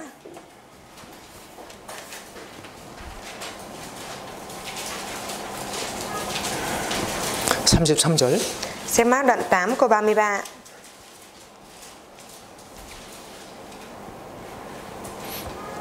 같이 읽겠습니다. Câu 33 chúng ta cùng đọc nhé. 예수께서 돌이키사 제자들을 보시며 베드로를 꾸짖어 가라사대 사단아 내 뒤로 물러가라 내가 하나님의 일을 생각지 아니하고 도리어 사람의 일을 생각하는도다 하시고 이거 예수님께서 의도적으로 이렇게 하셨습니다. Đức Chúa Giêsu đã làm như thế này có ý đồ đấy. 베드로를 꾸짖기 전에 제자들 한번 보셨어요. Trước khi mà của trách Phi-e-rơ thì Đức Chúa Giêsu đã quay sang nhìn các môn đồ ạ. 제자들을 보시고 난 다음에 베드로를 꾸짖으셨어요. Tức là sau khi mà nhìn các môn đồ xong một lượt rồi thì Đức Chúa Giêsu mới của trách Phi-e-rơ ạ. 뭔가 우리에게 주시는 교훈이 있는 거예요. Tức là ở đây có một cái bài học gì đó Chúa muốn ban cho chúng ta đấy. 사단아 물러가라. Hỡi Satan hãy lui ra đằng sau ạ. 베드로가 사단이란 게 아닙니다. Không phải là Chúa nói như vậy là nói nói Phi-e-rơ là Satan đâu ạ. 사단이 베드로를 통해서 예수님에게 접근하고 예수님을 넘어뜨리려고 했던 것을 예수님이 말씀하시는 거예요. Đức Chúa Giêsu muốn nói rằng Satan thông qua Phi-e-rơ để tiếp cận Đức Chúa Giêsu và làm vấp ngã Đức Chúa Giêsu. 이전에 예수님께서 어떤 말씀을 하셨냐면 인자가 고난을 받고 죽어야 한다. Và trước đó thì Đức Chúa Giêsu đã nói gì ạ? Con người phải bị chịu nhiều đau khổ và phải bị giết chết ạ. 그래야 하나님의 뜻이 이루어지는 거예요. Và như vậy thì ý muốn của Đức Chúa Trời mới được hoàn tất ạ. 그래야 우리가 구원받는 거예요. Và như vậy thì chúng ta mới có thể nhận được sự cứu rỗi ạ. 근데 마귀가 그걸 베드로 통해 막은 거예요. Tuy nhiên thì ma quỷ lại thông qua Phi-e-rơ để cản trở điều đó ạ. 인정을 통해서요. Thông qua tình người đấy ạ. 예수님에게 있어서 베드로는 특별한 제자였을 거예요. Đối với Đức Chúa Giêsu thì Phi-e-rơ là một môn đồ đặc biệt ạ. 베드로는 열정적입니다. Phi-e-rơ thì có nhiệt huyết ạ. 똑똑한 건 아니지만 열정적이었습니다. Không phải là thông minh nhưng mà có cái sự nhiệt huyết ạ. 예수님에 대한 사랑이 특별했습니다. Rồi cái tình yêu mà Phi-e-rơ dành cho Chúa cũng đặc biệt ạ. 분명히 예수님도 그 베드로를 사랑하셨어요. Và rõ ràng thì Đức Chúa Giêsu cũng yêu mến Phi-e-rơ ạ. 그러니까 베드로는 12 제자들 중에서도 수제자였어요.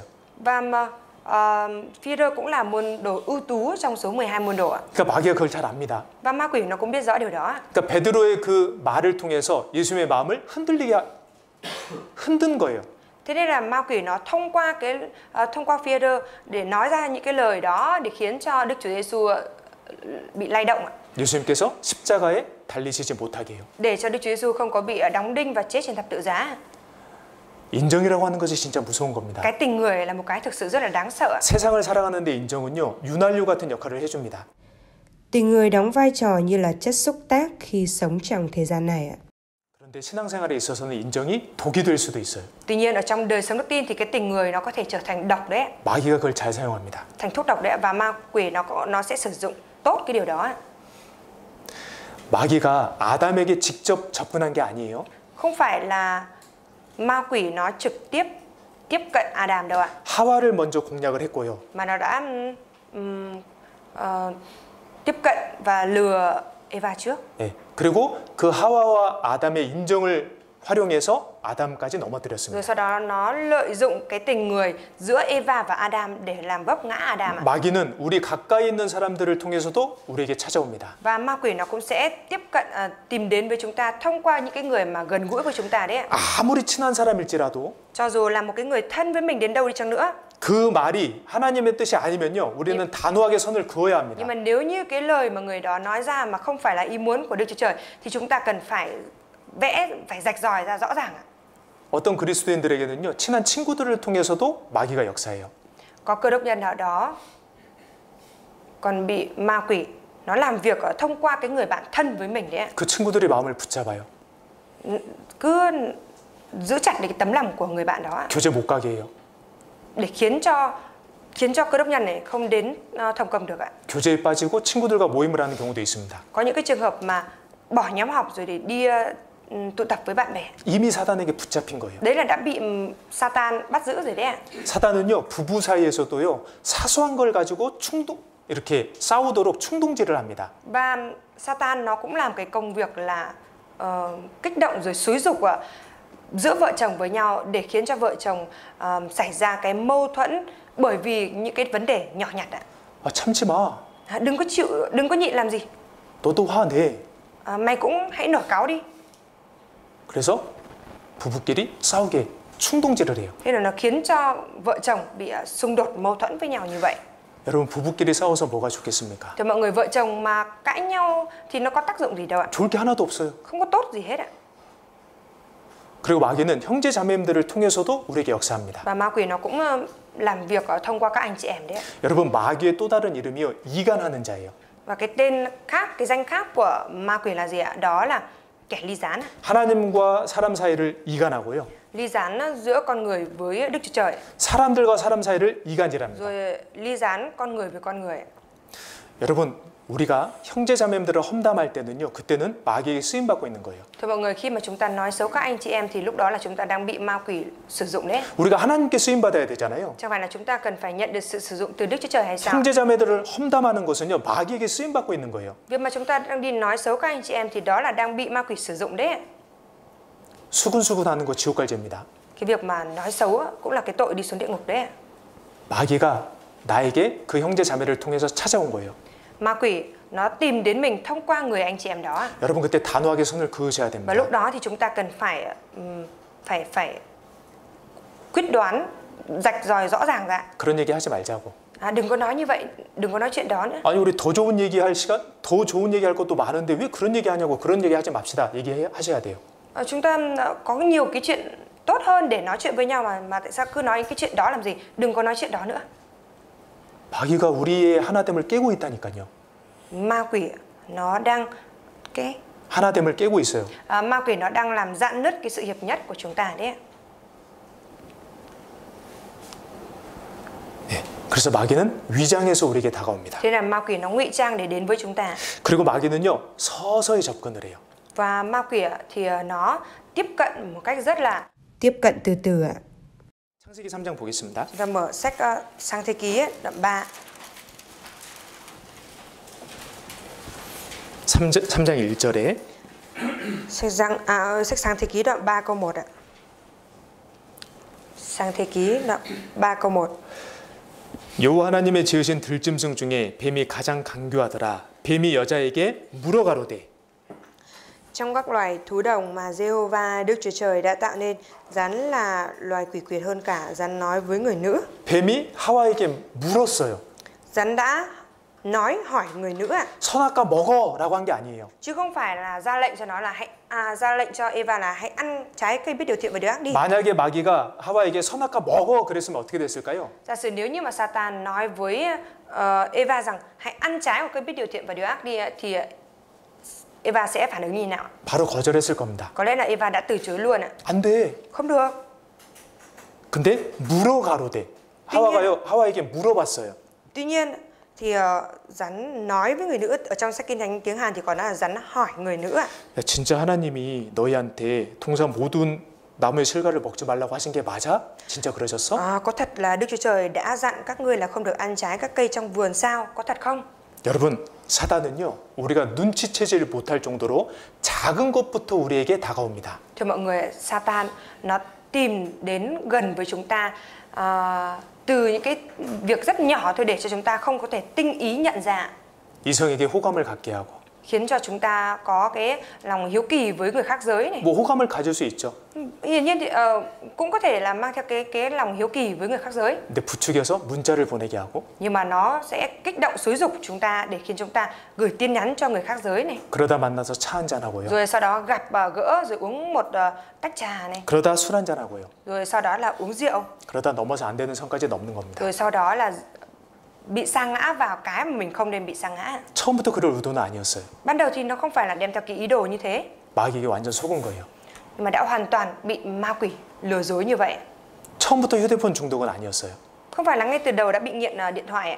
한 번 보고, Một lần xem một lần, 두 번 보고, xem 2 lần. 알고리즘을 통해서 내가 좋아하는 영상을 계속 띄워주니까요. Và bởi vì cái điện thoại nó sẽ thông qua cái thuật toán để khiến để liên tục đăng tải những cái video mà chúng ta quan tâm. 이제 중독되는 거예요. Thế nên là mới dẫn đến mình bị nghiện. 알고리즘을 통해서 띄워주는 영상은 마치 고기를 잡기 위해서 미끼를 던지는 것 같습니다. Những cái video mà nó đăng tải lên, những cái video mà chúng ta quan tâm được đăng tải lên thông qua những cái thuật toán như thế vậy thì cũng không khác gì những cái mồi thả xuống khi mà câu cá vậy. 내가 그걸 탁 누르는 순간 사단의 미끼에 걸린 거예요. Khi mà trong cái khoảnh khắc mà mình nhấn vào một cái thì có nghĩa là mình đang bị mắc lưới của Satan rồi. 네, 물론 필요한 영상은 봐야 합니다. Tuy nhiên thì chúng ta cũng cần phải xem những cái video cần thiết ạ. 필요 없이 시간 낭비하는 걸 말씀드리는 겁니다. Nhưng mà thầy chỉ đang nói là về những cái chúng ta xem về những cái video mà chúng ta lãng phí thời gian. 네. Còn những cái video không cần thiết mà lãng phí thời gian ạ. 가룟 유다가요, 그 돈기에 손을 댔습니다. Judas Iscariot thì đã ăn cắp tiền ở trong cái túi tiền. 예수님과 제자들이 복음 전하고 이렇게 다니셨잖아요.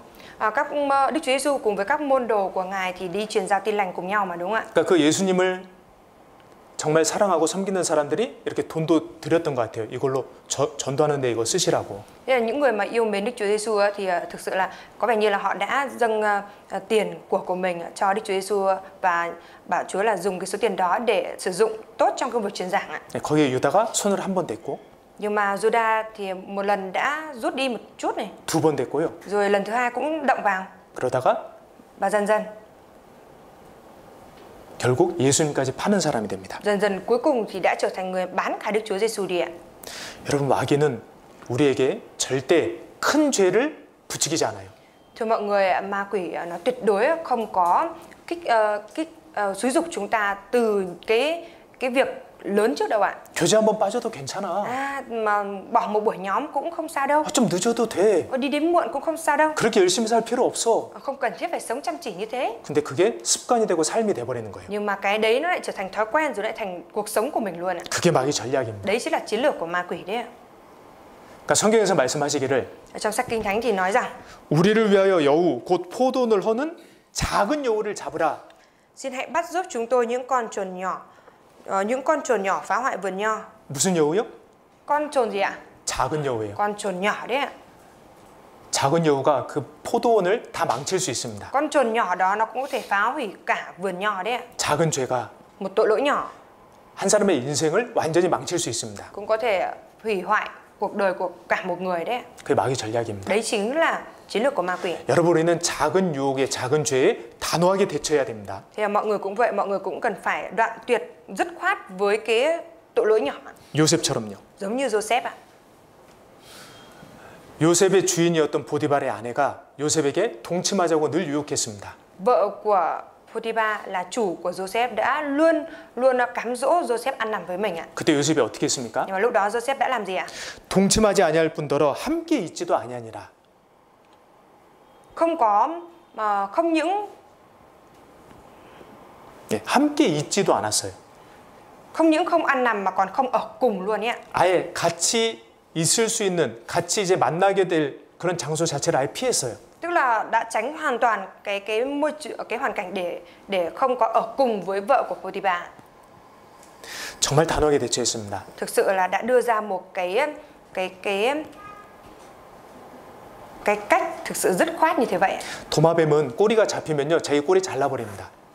Khi mà con thằn lằn mà mình đụng vào nó thì nó sẽ tự cắt đuôi của nó đi. 살아야 되니까요.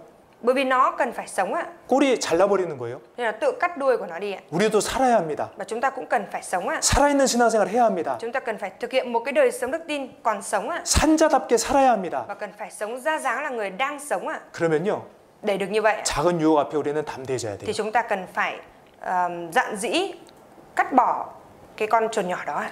내가 사느냐 죽느냐가 달려 있는 거예요. Bởi vì cái đó chính là cái mà quyết định nên là chúng ta được sống hay chết đấy ạ. 구원받지 않은 내 주위의 사람들이 구원받느냐 못하느냐가 나에게 달려 있는 거예요. Và những người xung quanh của mình nhận được sự cứu rỗi hay không là phụ thuộc vào mình đấy ạ. 그래서 우리는 사단은 작은 것으로 우리를 유혹합니다. Thì Satan thì nó cám dỗ chúng ta bằng những cái thứ nhỏ. 그리고 사단은요, 절대 틈을 놓치지 않아요. Và Satan thì nó tuyệt đối sẽ không có bỏ lỡ cái cơ hội sơ hở đâu ạ. 사단은 하와가 혼자 있는 그 틈을 놓치지 않았습니다. Và Satan nó đã không có bỏ lỡ cái sơ hở lúc mà Eva ở một mình ạ. 만약에 하와가 아담과 있을 때 사단이 이렇게 말했으면 어떻게 됐을까요? Giả sử nếu như mà Satan nó nói như thế này lúc mà Eva đang ở với Adam thì sao ạ? 바로 아담이 하나님 말씀을 말했을 게 무슨 소리냐고. Thì chắc chắn là Adam sẽ nói luôn ra lời của Đức Chúa Trời và nói với Satan rằng mày đang nói cái gì vậy? 무슨 동산의 모든 나무의 실과를 먹지 말라고 하셨냐고. 선악과 하나만 먹지 말라고 하셨지. Làm gì có chuyện Đức Chúa Trời còn nói là không được ăn trái của bất cứ trái nào của các cây trong vườn ở đâu, mà Chúa chỉ nói rằng chỉ không được ăn trái của cây biết điều thiện và điều ác thôi. 근데 하와는 하나님께 말씀을 직접 들은 게 아니거든요. Nhưng mà Eva không phải là được trực tiếp nghe cái lời phán đó từ Đức Chúa Trời ạ. 말씀을 잘 모르거든요. Thế là không biết rõ lời của Đức Chúa Trời ạ. 그러니까 하와가 혼자 있을 그 틈을 놓치지 않고 마귀가 접근한 거예요. Thế là ma quỷ nó không có bỏ lỡ cái sơ hở lúc Eva ở một mình, mà nó đã tiếp cận ngay với cả Eva lúc đó. 에베소서 4장 보겠습니다. Chúng ta mở sách Ephesos đoạn 4 ạ. 27절입니다. Đoạn 4 câu 27 ạ.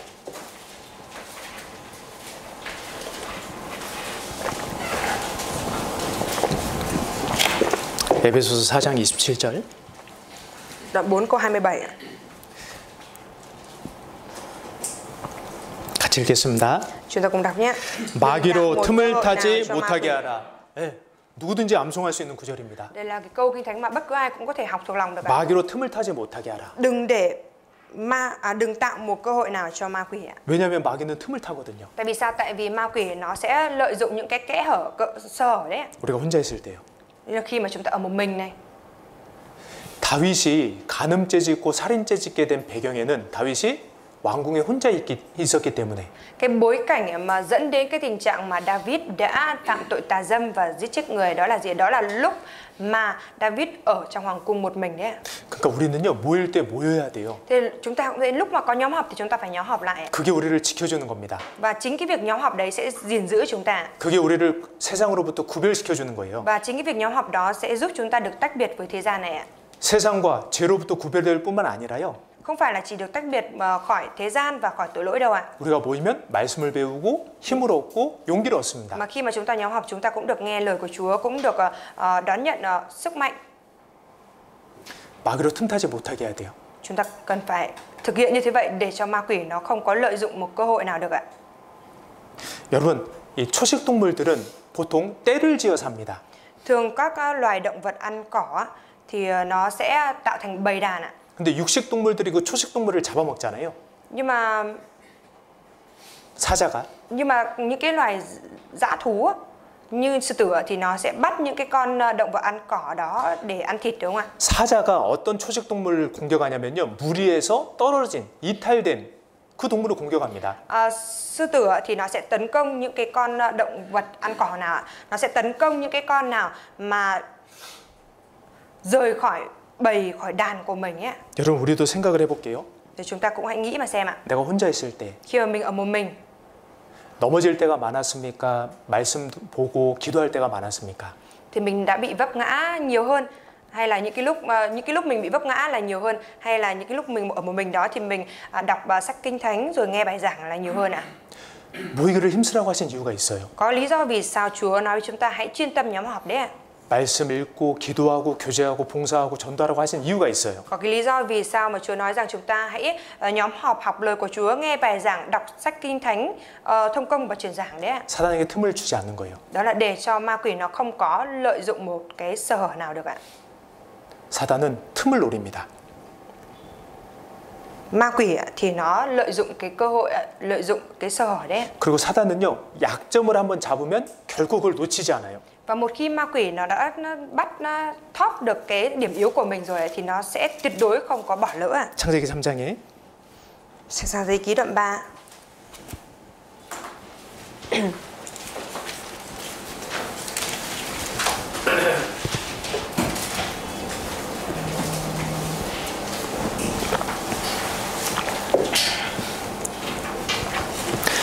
이 마귀의 질문을 보시면요, 뱀의 질문, 하나님이 참으로 너희더러 동산 모든 나무의 실과를 먹지 말라 하시더냐? Ở trong cái câu nói của Satan ấy, của con rắn ấy, có thật Đức Chúa Trời đã dặn các ngươi không được ăn trái các cây trong vườn sao? 하나님이 아담과 하에게 말씀하신 적이 없어요. 아담에게만 말씀하셨어요. Đức Chúa Trời chưa từng nói với cả Adam và Eva, mà Đức Chúa Trời chỉ nói với Adam mà thôi ạ. 근데 마귀가 은근히 하와를 이렇게 높여준 거예요. Nhưng mà ma quỷ lại thầm lặng nâng cao Eva lên. 그러니까 하와가 딱 그 덫에 걸렸습니다. Thế nên là Eva đã bị mắc bẫy ngay ạ. 3절에 Ở trong câu 3. 동상 중앙에 있는 나무의 실과는 하나님의 말씀에 너희는 먹지도 말고 만지지도 말라. 너희가 죽을까 하노라 하셨느니라. Nhưng về trái của cây trồng giữa vườn, Đức Chúa Trời đã phán các con không được ăn, cũng đừng đụng chạm đến trái cây ấy, kẻo các con sẽ chết. 하와가요, 너희라는 말을 썼어요. Nói các con. Eva thì đã sử dụng cái câu cách xưng hô là các con ạ. 뱀이 그걸 절대 놓치지 않습니다. Và con rắn đã không có bỏ lỡ cái sơ hở này ạ. 4절. Trong câu 4 ạ. 뱀이 여자에게 이르되 너희가 결코 죽지 아니하리라. 5절에 너희가 그것을 먹는 날에는 너희 눈이 밝아. Con rắn nói với người nữ, các người chắc chắn không chết đâu, vì Đức Chúa Trời biết rằng khi nào các người ăn trái cây đó. 잘못 알고 있는 그 약점을 놓치지 않고요, 사단은 탁 물어버렸습니다. Tức là Satan đã không có bỏ lỡ cái sai lầm này, và nó cứ liên tục lợi dụng cái sai lầm đó để tiếp tục xúi giục thêm ạ. 사단이 우리의 약점을 알까요, 모를까요? Satan nó có biết điểm yếu của chúng ta hay không ạ? 압니다. Nó biết ạ. 우리가 약한 부분이 한두 가지씩 있어요. Và chúng ta thì ai cũng sẽ có một hai cái điểm yếu của mình ạ. 어떤 분은 이성, Có ai đó thì bị yếu về người khác giới này. 어떤 분은 명예심, Rồi có ai đó thì có cái lòng tham danh vọng danh tiếng này. 어떤 분은 재물. Ai đó thì có cái điểm yếu về của cải ạ. 그리고 어쩌면 내가 아직까지 끊지 못하고 있는 그 죄가 내 약점일 수 있어요. Rồi có thể là cái tội lỗi mà đến hiện tại bây giờ mình vẫn chưa loại bỏ, chưa cắt bỏ được, thì nó có thể là điểm yếu của mình ạ. 마귀는 우리 약점을 잘 압니다. Và ma quỷ thì nó biết rõ điểm yếu của chúng ta. 우리도 나의 연약함을 압니다. 그죠? Và chúng ta cũng biết được cái điểm yếu của mình là gì ạ. 그러니까 마귀가 우리 연약함을 공격하니까 우리가 어떻게 해야 됩니까? Thế khi mà ma quỷ nó tấn công vào điểm yếu của chúng ta thì chúng ta phải làm gì ạ? 그 연약함을 하나님 앞에 기도하는 거예요. 말씀드리는 거예요. 도와달라고. Tức là chúng ta nói với Đức Chúa Trời về cái điểm yếu của mình, rồi cầu nguyện với Đức Chúa Trời về cái điểm yếu đó của mình, nhờ Chúa giúp đỡ ạ. 히브리서 4장입니다. Chúng ta mở sách Hebrew đoạn 4 ạ. 히브리서 4장 Sách Hebrew đoạn 4.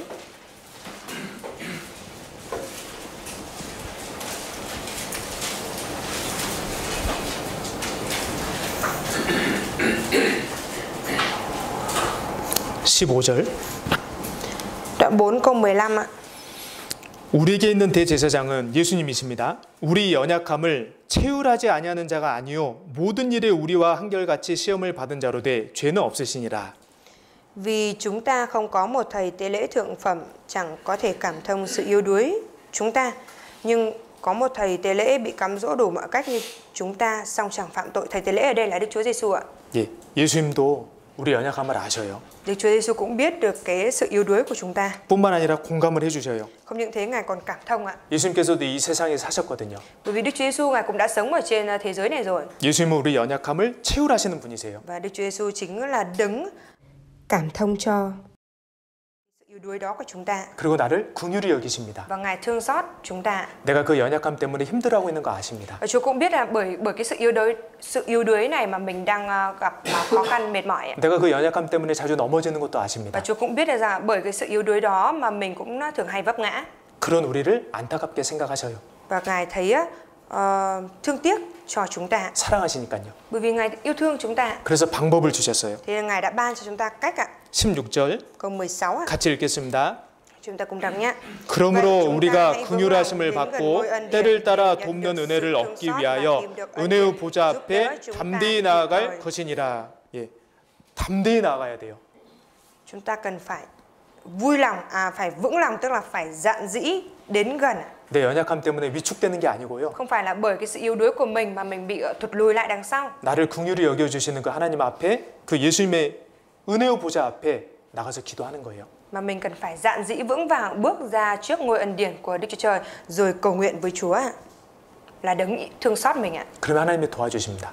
Thế thì Đức Chúa Trời sẽ giúp đỡ cho ạ. 그리고 나도 이 연약함을 극복하기 위해서 노력을 해야 돼요. Và mình cũng cần phải cố gắng để khắc phục được cái sự yếu đuối, cái điểm yếu này của mình ạ. 극복할 때까지요.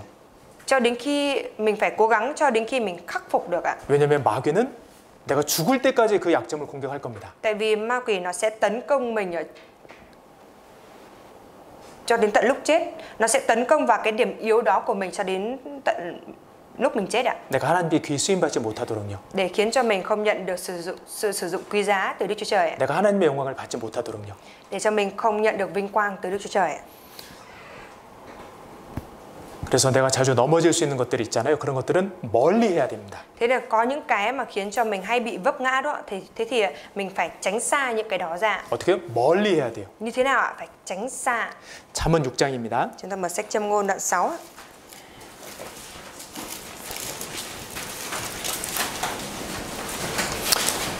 (27절) (28절)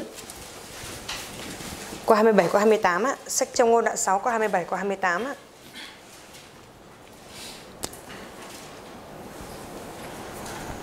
잠언 6장 27절 28절 같이 읽겠습니다. Châm ngôn đoạn 6 câu 27 câu 28 chúng ta cùng đọc ạ. 사람이 불을 품에 품고야 어찌 그 옷이 타지 아니하겠으며 사람이 숯불을 밟고야 어찌 그 발이 되지 아니하겠느냐. 너무 당연한 말씀이에요. Đây là cái lời quá hiển nhiên rồi đúng không ạ? 불을 품고 있으면 당연히 옷이 탑니다. Nếu như mà ôm lửa ở trong người như vậy thì hiển nhiên là áo quần sẽ bốc cháy ạ. 숯불을 밟고 있으면 당연히 발에 화상을 입습니다. Rồi nếu như mà đang đặt bước chân của mình ở trên than lửa như vậy thì hiển nhiên là chân sẽ bị phẳng ạ. 내가 약한 것들을 가까이 하면요 영향을 받게 돼 Nếu 있어요. như mà mình lại gần gũi với những cái mà mình bị yếu như thế vậy, mình bị yếu đuối như thế thì mình sẽ bị 영향을 받게 돼 mình sẽ 있어요. bị ảnh hưởng ạ. 멀리 해야 됩니다. Thế là mình phải tránh xa. 자, 만약에 Giả sử ạ, 사단이 하와를 이때 유혹했을 때요. lúc mà lúc mà Satan cám dỗ Eva, 하와가 선악과로부터 한 10km 떨어진 곳에 있었다면 어떻게 됐을까요? 10km. 네. Nếu lúc đó mà Eva đang cách xa cái cây biết điều thiện và điều ác, cách 10 km thì sao ạ? 진짜 참으로 하나님께서 너희더러 동산 모든 나무의 실과를 먹지 말라고 하시더냐? Có thật Đức Chúa Trời đã phán với các ngươi rằng không được ăn bất cứ một cái trái nào trong các cây ở trong vườn không? 무슨 소리야, 귀찮아, 그만해. Thế thì Eva sẽ nói là nói cái gì đấy, phiền quá, đi đi. 선악과에 있으니까 그 말을 들으니까 보고 유혹을 받는 Mà bởi vì 거잖아요. đang ở gần, đang đứng ngay cạnh cái cây biết điều thiện và điều ác đó nên là khi mà nghe cái lời cám dỗ đó thì bắt đầu nhìn thấy. 멀리 있으면 Nếu như mà ở xa 유혹받을 이유가 thì 없습니다. cũng không có cái lý do gì để mà bị cám dỗ ạ. 이성에게 유혹을 받는다면 이성과 연락을 차단해야죠. Nếu như mà bị cám dỗ bởi cái người khác giới ấy, thì phải nhanh chóng cắt đứt liên lạc với người khác giới đó ạ. 연락을 주고 받으면서 이걸 이기려고 하면 되겠습니까? Trong khi mà vẫn đang liên lạc với nhau, nhắn tin cho nhau như thế vậy mà 그걸 이기려고 하면 안 되죠. cố gắng để mà mình có thể thắng được như thế vậy thì sẽ không thể được đâu ạ. 스마트폰에 중독되기 싫다면 스마트폰 멀리 놔야죠. 멀리. Nếu như mà ghét bị nghiện điện thoại ấy, thì phải tránh xa cái điện thoại đó ra. 바로 옆에 있으면 만지고 싶잖아요. Vì nếu mà để nó ở bên cạnh thì sẽ muốn chạm vào ạ. 멀리 해야 됩니다. Thế là chúng ta phải để xa, phải cách xa 그리고 나의 연약함을 하나님께 고백해야 돼요. và phải bộc bạch về cái sự yếu đuối của mình với Đức Chúa Trời ạ. 그러면 도와주셔요. Thế thì Đức Chúa Trời sẽ giúp đỡ cho ạ. 그리고 마귀의 전략은요. Và chiến lược của ma quỷ nữa là gì ạ? 하나님의 선하심에 대해서 의심하게 합니다. Đó là khiến cho chúng ta nghi ngờ về cái sự nhân lành của Đức Chúa Trời ạ. 야, 진짜 하나님께서 동산 모든 나무의 실과를 먹지 말라고 하신 거야? Thực sự là Đức Chúa Trời đã nói rằng là không được ăn bất cứ một cái cây nào, bất cứ một quả nào ở trong vườn Eden hay sao? 하나님 너무하신 것 같은데? Đức Chúa Trời hơi quá đáng ạ. 그걸 다 만드셨는데 왜 못 먹게 하시는 거야? Làm ra như vậy rồi mà tại sao lại không cho ăn? 그건 사실이 아니었습니다. Nhưng mà cái đấy không phải là sự thật, đúng không ạ? 하나님께서 수천 개 열매를 만들어 주시고 선악과 하나만 먹지 말라고 하셨어요. Đức Chúa Trời đã làm ra hàng nghìn cái cây như thế vậy và cho ăn tất cả những cái quả ở những cái cây đó, mà chỉ có nói rằng không được ăn một quả thôi ạ. 마귀는 Ma quỷ thì sao ạ? 하나님의 선하심과 인자하심에 의심을 품게 합니다. Ma quỷ nó khiến cho chúng ta đặt cái sự nghi ngờ về cái lòng nhân từ và nhân lành của Đức Chúa Trời ạ. 여러분 하나님이 얼마나 선하신 분이세요? Đức Chúa Trời là đấng nhân lành biết bao nhiêu ạ? 하나님이 얼마나 좋으신 분입니까? Và Đức Chúa Trời là đấng tốt lành biết bao nhiêu ạ? 내가 죄인이었을 때 하나님께서 독생자를 보내주셨어요. Khi mà mình còn là tội nhân thì Đức Chúa Trời đã sai con một của Ngài đến ạ.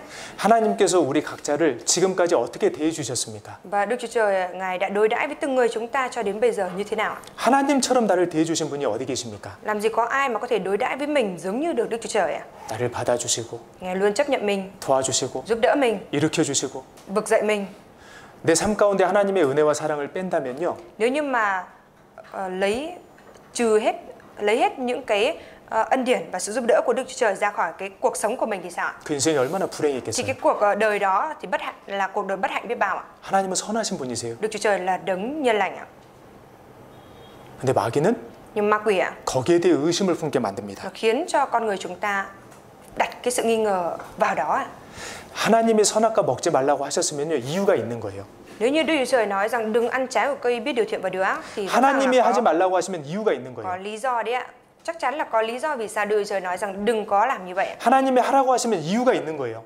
Và cũng có cái lý do vì sao mà Đức Chúa Trời nói rằng hãy làm ạ. 하나님은 나를 가장 사랑하시는 분입니다. Bởi vì Đức Chúa Trời là đấng yêu thương mình nhất ạ. 하나님은 내가 잘 되기를 가장 원하시는 분입니다. Và Đức Chúa Trời cũng là đấng mong muốn mình được trở nên tốt đẹp nhất ạ. 그러니까 독생자를 주셨습니다. Thế nên là Ngài mới ban con một cho chúng ta. 내가 받아야 될 그 형벌을 하나님께서 우리 육체를 입으시고 대신 받으셨습니다. Cái hình phạt đáng ra chúng ta phải chịu đó, nhưng mà Đức Chúa Trời Ngài đã đích thân mặc lấy hình hài của con người và chịu cái hình phạt đó thay cho chúng ta. 그 하나님이 하라고 하시면 이유가 있고 하지 말라고 하셔도 이유가 있는 거예요. Thế là rõ ràng là có lý do vì sao Đức Chúa Trời đó nói chúng ta là đừng làm cái gì đó hay hãy làm cái gì đó đấy ạ. 이방 교제하지 말라는 이유가 있습니다. Có cái lý do vì sao mà Chúa nói rằng đừng có thông công với người khác, với người chưa nhận được sự cứu rỗi ạ. 이방 결혼하지 말라는 이유가 Và 있습니다. cũng có cái lý do vì sao Chúa nói rằng đừng có kết hôn với người ngoại bang ạ. 우리를 위해서예요. Đó là bởi vì chúng ta đấy ạ. 모이기를 힘쓰라고 하시는 이유가 있습니다. Có cái lý do vì sao mà Chúa nói rằng hãy chuyên tâm nhóm họp ạ. 전달하는 이유도 있고요. Và cũng có cái lý do Chúa nói là hãy truyền giảng ạ. 봉사하라고 하시는 이유도 있고요. Cũng có cái lý do là hãy phục vụ ạ. 기도하라고 하시는 이유도 있어요. Cũng có cái lý do mà Chúa nói là hãy cầu nguyện ạ. 하나님이 나를 힘들게 하려고 하시는 게 아니에요. Không phải là Chúa nói như thế vậy để khiến cho chúng ta mệt mỏi đâu ạ. 나를 통해서 어떤 이득을 취하려고 하시는 것도 아니에요. Mà cũng không phải là Ngài muốn thu được cái lợi ích gì đó thông qua chúng ta đâu ạ. 하나님은 선하십니다. Mà Đức Chúa Trời là đấng tốt lành ạ. 마귀는 그에 대해서 의심을 품게 만들어요. Và ma quỷ thì nó khiến cho chúng ta đặt cái sự nghi ngờ, nghi vấn vào những cái điều đó. 여러분 고난 중에 계시더라도 하나님이 버리셨다고 생각하지 마세요. Thưa mọi người, dù mọi người có đang ở trong khổ nạn đi chăng nữa thì cũng đừng nghĩ rằng Đức Chúa Trời bỏ rơi mọi người ạ. 하나님은 결코 하나님의 자녀를 버리시지 않습니다. Bởi vì Đức Chúa Trời tuyệt đối Ngài sẽ không bao giờ bỏ đi con cái của Đức Chúa Trời đâu ạ. 고난이 지속되더라도 하나님의 선하심을 의심하지 마세요. Cho dù khổ nạn có liên tục xảy ra đi chăng nữa thì mọi người cũng đừng nghi ngờ 하나님의 선하심. cũng đừng nghi ngờ vào cái sự nhân lành, tốt lành của Đức Chúa Trời ạ. 이유가 있는 거예요. Bởi vì có lý do đấy ạ. 여러분, 내가 혹시 끊지 못하는 죄가 있더라도요. Thưa mọi người, cho dù là mình đang có cái tội lỗi mà mình đang không cắt bỏ được đi chăng nữa, 내가 이 죄 가운데 파묻혀서 더 이상 하나님께 나아갈 수 없더라도요. rồi cho dù là mình đang bị chôn vào trong cái tội lỗi này đi chăng nữa, rồi mình khiến cho mình không thể nào mà đi đến được với Chúa đi chăng nữa, 그때도 하나님의 선하심을 의심하지 마세요. thì lúc đó chúng ta cũng đừng có nghi ngờ vào cái sự nhân lành của Đức Chúa Trời ạ. 하나님의 선하심을 믿고 은혜의 보좌 앞으로 나아가 보세요. Mà lúc đó chúng ta hãy tin vào cái sự nhân lành của Đức Chúa Trời, rồi dạn dĩ vững lòng bước đến trước ngai ân điển của Chúa đi ạ. 그러면 하나님이 또 마음을 새롭게 해주실 Thế 거예요. thì Đức Chúa Trời sẽ lại làm mới tấm lòng của chúng ta. 하나님은 정말 좋으신 분이세요. Đức Đức Chúa Trời thực sự là đấng tốt lành ạ. 너무나 좋으신 분이세요. Ngài là đấng rất tốt lành. 마귀는 거기에 대해 의심을 품게 합니다. Còn ma quỷ thì nó lại khiến cho chúng ta có những cái sự nghi ngờ, nghi vấn về sự tốt lành đó của Đức Chúa Trời. 하나님에 대한 선하심, 하나님의 선하심에 대한 믿음이 흔들리면 진짜 생활이 흔들릴 수 있어요. Nếu như mà cái niềm tin, cái đức tin về cái sự nhân lành của Đức Chúa Trời trong chúng ta mà bị lung lay, bị rung động như thế vậy thì đời sống đức tin của chúng ta sẽ bị rung động ạ. 네, 불안해집니다. Sẽ trở nên bất an ạ. 두려워집니다. Sẽ trở nên sợ hãi ạ. 외로워집니다. Trở nên cô đơn. 하나님의 선하심에 대해 의심을 품게 되면요. Và nếu như nghi ngờ về cái sự nhân lành của Đức Chúa Trời thì sẽ thành như thế vậy đấy ạ. 속지 마십시오. Nên là mọi người đừng để bị lừa nhé. 어쨌든 하와는 사단의 꾀임에 넘어갔습니다. Nói chung là Eva thì đã bị mắc bẫy của Satan rồi ạ. 네, 결과가 무엇이었습니까? Và hậu quả là gì ạ? 사단의 꾀임을 받으니까요, 선악과가 보암직하고 먹음직하고 되게 좋아 보이는 거예요. Bởi vì bị mắc bẫy, bị mắc phải mưu kế của ma quỷ rồi, thế nên là thấy trái của cây biết điều thiện và điều ác, bộ ăn ngon lại đẹp mắt ạ. 내가 사단에게 지금 유혹당하고 있다라는 걸 알 수 있습니다. Có thể biết được mình có đang bị ma quỷ lừa dối hay không ạ? 하나님이 금하신 것이 매력적으로 보이고 좋아 보인다면 나는 미혹당하고 있는 거예요. Nếu như mình đang thấy những cái điều mà Đức Chúa Trời nói rằng đừng có thấy những cái điều mà Đức Chúa Trời cấm đó, mà mình lại thấy những cái điều đó là đẹp rồi lại thấy bộ đẹp mắt như thế vậy thì có nghĩa là mình đang bị ma quỷ lừa dối đấy ạ. 배우자가 아닌 이성이 매력적으로 보인다면 사단의 유혹을 받고 있는 거예요. Nếu như mình đang thấy một cái người khác giới khác, không phải là người bạn đời của mình, thấy người đó cuốn hút hay là thu hút mình như thế thì có nghĩa là mình đang bị ma quỷ lừa dối đấy ạ. 세상 문화 오락이 재밌게 보이십니까? Mọi người có thấy cái thế gian và những cái giải trí của thế gian này thú vị không ạ? 이미 사단에게 미혹당하고 있는 거예요. Nếu mà thấy thú vị như thế vậy thì có nghĩa là mình đang bị ma quỷ lừa dối rồi đấy ạ. 세상 친구가 너무 좋아 보인다면 Nếu như mà thấy bạn thế gian rất là tốt ạ 이미 사단에게 미혹당하고 있는 thì 거예요. có nghĩa là đang bị Satan lừa dối rồi đấy ạ. 사단에게 속고 있는 거예요. Đang bị Satan lừa dối đấy ạ. 그때라도 우리는 정신 차려야 합니다. Mà dù lúc như thế đi chăng nữa thì chúng ta cũng cần phải tỉnh táo lại ạ.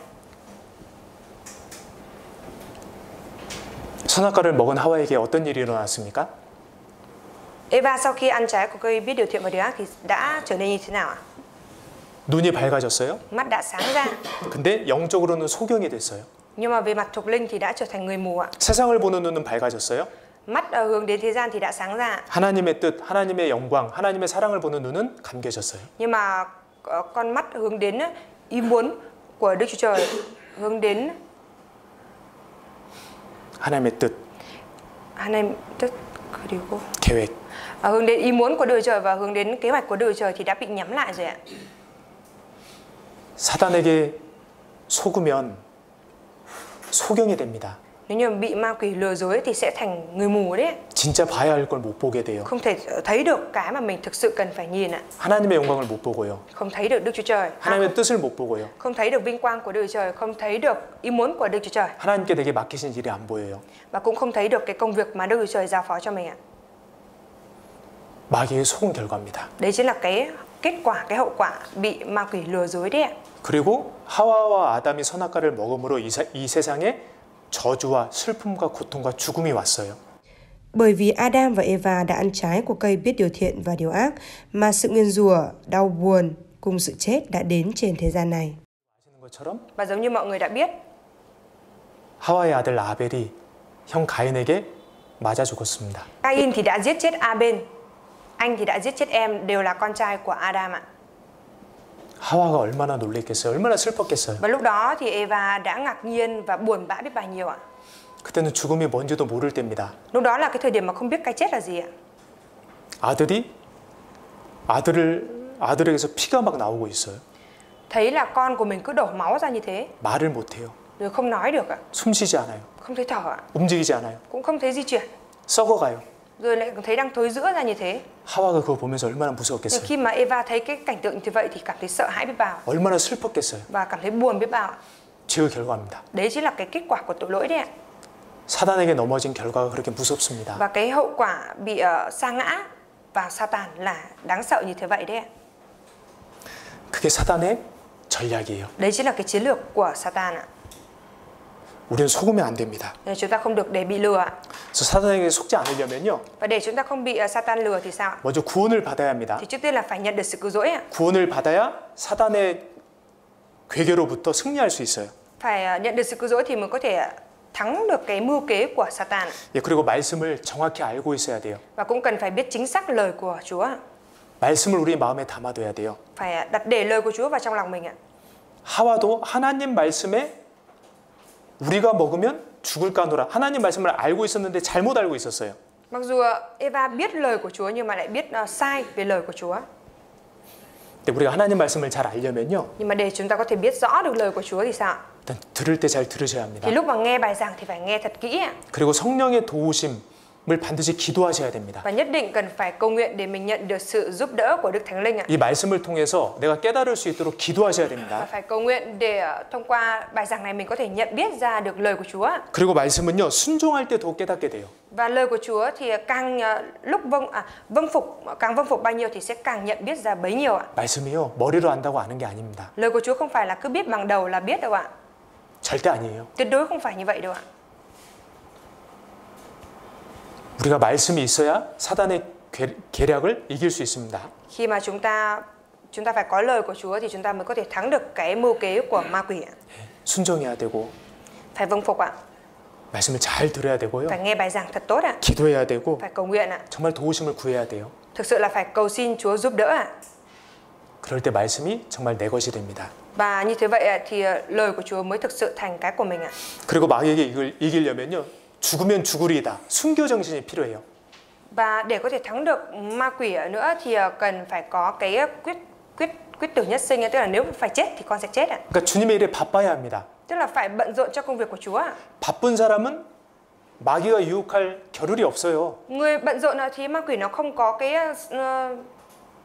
cái cơ hội để mà cám dỗ ạ. 어떤 형제님이 그러시더라고요. 자기는 너무 바빠서 죄 지을 시간이 없대요. Có người anh em nào đó thì nói rằng là bởi vì bản thân mình quá bận rộn nên là không có thời gian để phạm tội ạ. 이해가 됩니다. Hiểu được đúng không ạ? 예, 우리는 주일에 더 바빠야 합니다. Chúng ta cần phải bận rộn hơn nữa trong công việc của Chúa ạ. 그리고 우리가 사단의 괴계에 속지 않으려면요. Và để chúng ta không có bị lừa bởi cái mưu kế của ma quỷ 기도해야 됩니다. thì chúng ta phải cầu nguyện ạ. 기도를 통해서 하나님과의 친밀한 관계를 유지해야 합니다. Chúng ta cần phải duy trì được cái mối tương giao thân mật giữa mình với Đức Trời thông qua sự cầu nguyện ạ. 다니엘은 사자굴에 던져졌습니다. Daniel thì đã bị ném vào hầm sư tử ạ. 사자굴은요, 외로운 곳이에요. Hầm sư tử là một cái nơi cô đơn ạ, 두려운 곳이에요. là một nơi đáng sợ hãi ạ. 그런데 사자들이 다니엘을 물지 못했어요. Tuy nhiên các sư tử không cắn được Daniel ạ. 다니엘은 기도의 사람이었거든요. Bởi vì Daniel là người của sự cầu nguyện ạ. 기도를 통해서 하나님과 친밀함을 유지하는 사람이었거든요. Bởi vì Daniel là một người mà duy trì được cái mối tương giao thân mật với Đức Chúa Trời thông qua sự cầu nguyện ạ. 하나님과 친밀한 관계에 있을 때에 사단의 유혹이 유혹으로 다가오지 않습니다. Khi mà bản thân đang có cái mối tương giao thân mật với Đức Chúa Trời thì cái cám dỗ của ma quỷ sẽ không đến ạ. 여러분, 아내와 남편과의 관계가 너무 좋으면요. Thưa mọi người, khi mà mối quan hệ giữa người vợ với người chồng rất là tốt ạ, 아무리 매력적인 이성이 와도 유혹으로 느껴지지 않습니다. thì cho dù là một người khác giới có xinh đẹp mà thu hút đến đâu chăng nữa, đến gần thì cũng không quan tâm ạ. 지금 아내가 너무 좋거든요. Bởi vì vợ hiện tại của mình rất tốt 지금 ạ. 남편이 너무 Bởi 좋거든요. vì chồng hiện tại của mình rất tốt ạ. 하나님과의 친밀함이 사단의 유혹을 거절할 수 있게 해줘요. Cái mối tương giao thân mật giữa mình với Đức Trời sẽ giúp mình có thể từ chối thẳng thừng với cái sự cám dỗ của Satan ạ. 기도가 나와 하나님과의 친밀함을 유지시켜 줍니다. Việc cầu nguyện sẽ duy trì được cái mối tương giao mật thiết giữa mình với Chúa ạ. 여러분 그냥 흘려 들으시면 안 됩니다. Thì mọi người đừng có chỉ nghe cho qua loa. 마귀는 지금도 우는 사자같이 두루다니면서 삼킬자를 찾고 있어요. Ma quỷ ngay cả bây giờ nó cũng đang rình rập xung quanh tìm người để cắn nuốt đấy ạ. 우리가 더 이상 마귀에게 속으면 안 되지 않습니까? Chẳng phải là chúng ta không được để ma quỷ nó lừa dối thêm hơn nữa hay sao? 우리가 할 일이 있지 않습니까? Chẳng phải có việc chúng ta cần phải làm hay sao ạ? 요한일서 5장 Sách Giăng nhất đoạn 5 ạ. 19절입니다. Giăng nhất đoạn 5 câu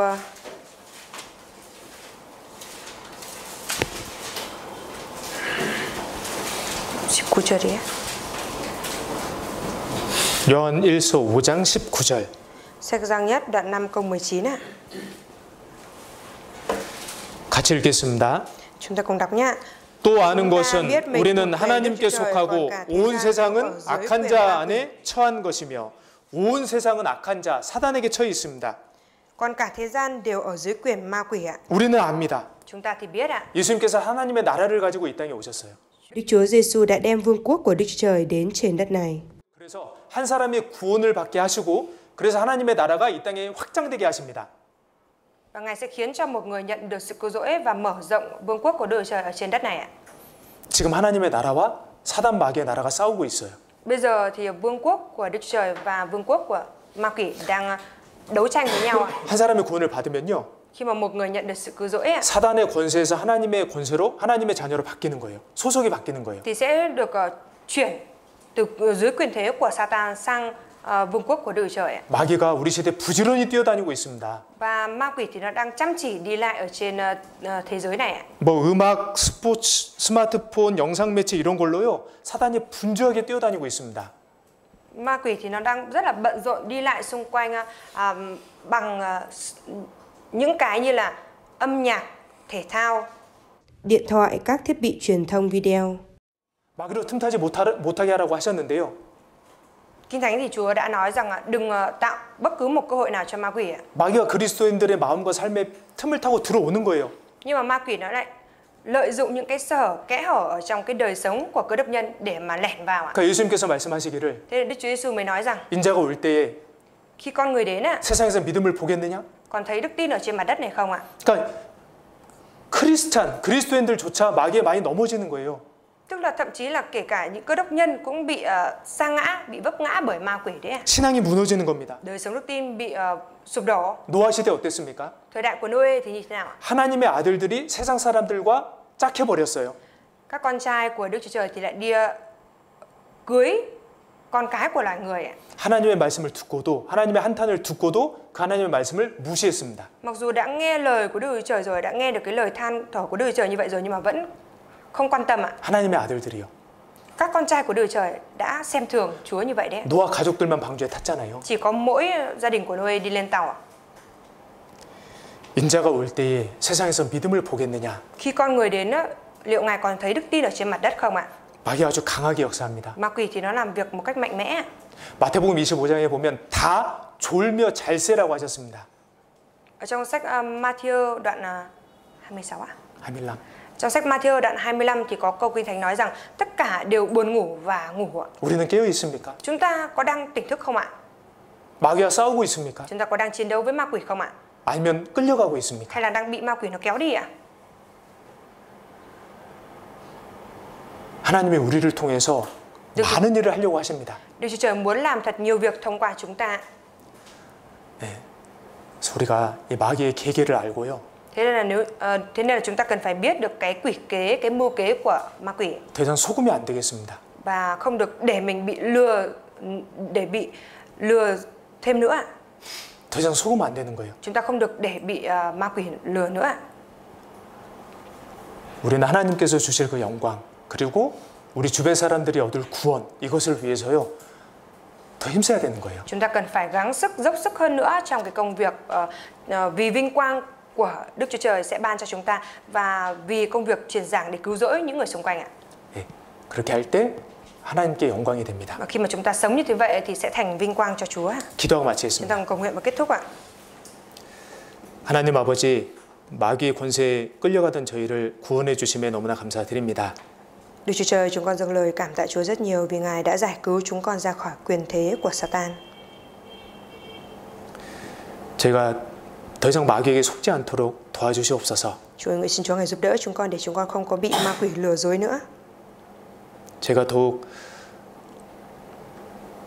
깨어 생활할 수 있도록 인도하여 주시옵소서. Xin Chúa Ngài dẫn dắt chúng con để chúng con có thể sống một cái đời sống tỉnh táo, tỉnh thức. 그래서 주님께서 저희를 통해 하시려는 그 일이 온전히 이루어질 수 있도록 도와주시옵소서. Nguyện xin Chúa Ngài cũng giúp đỡ để những công việc mà Chúa muốn thực hiện thông qua chúng con sẽ được hoàn tất một cách trọn vẹn.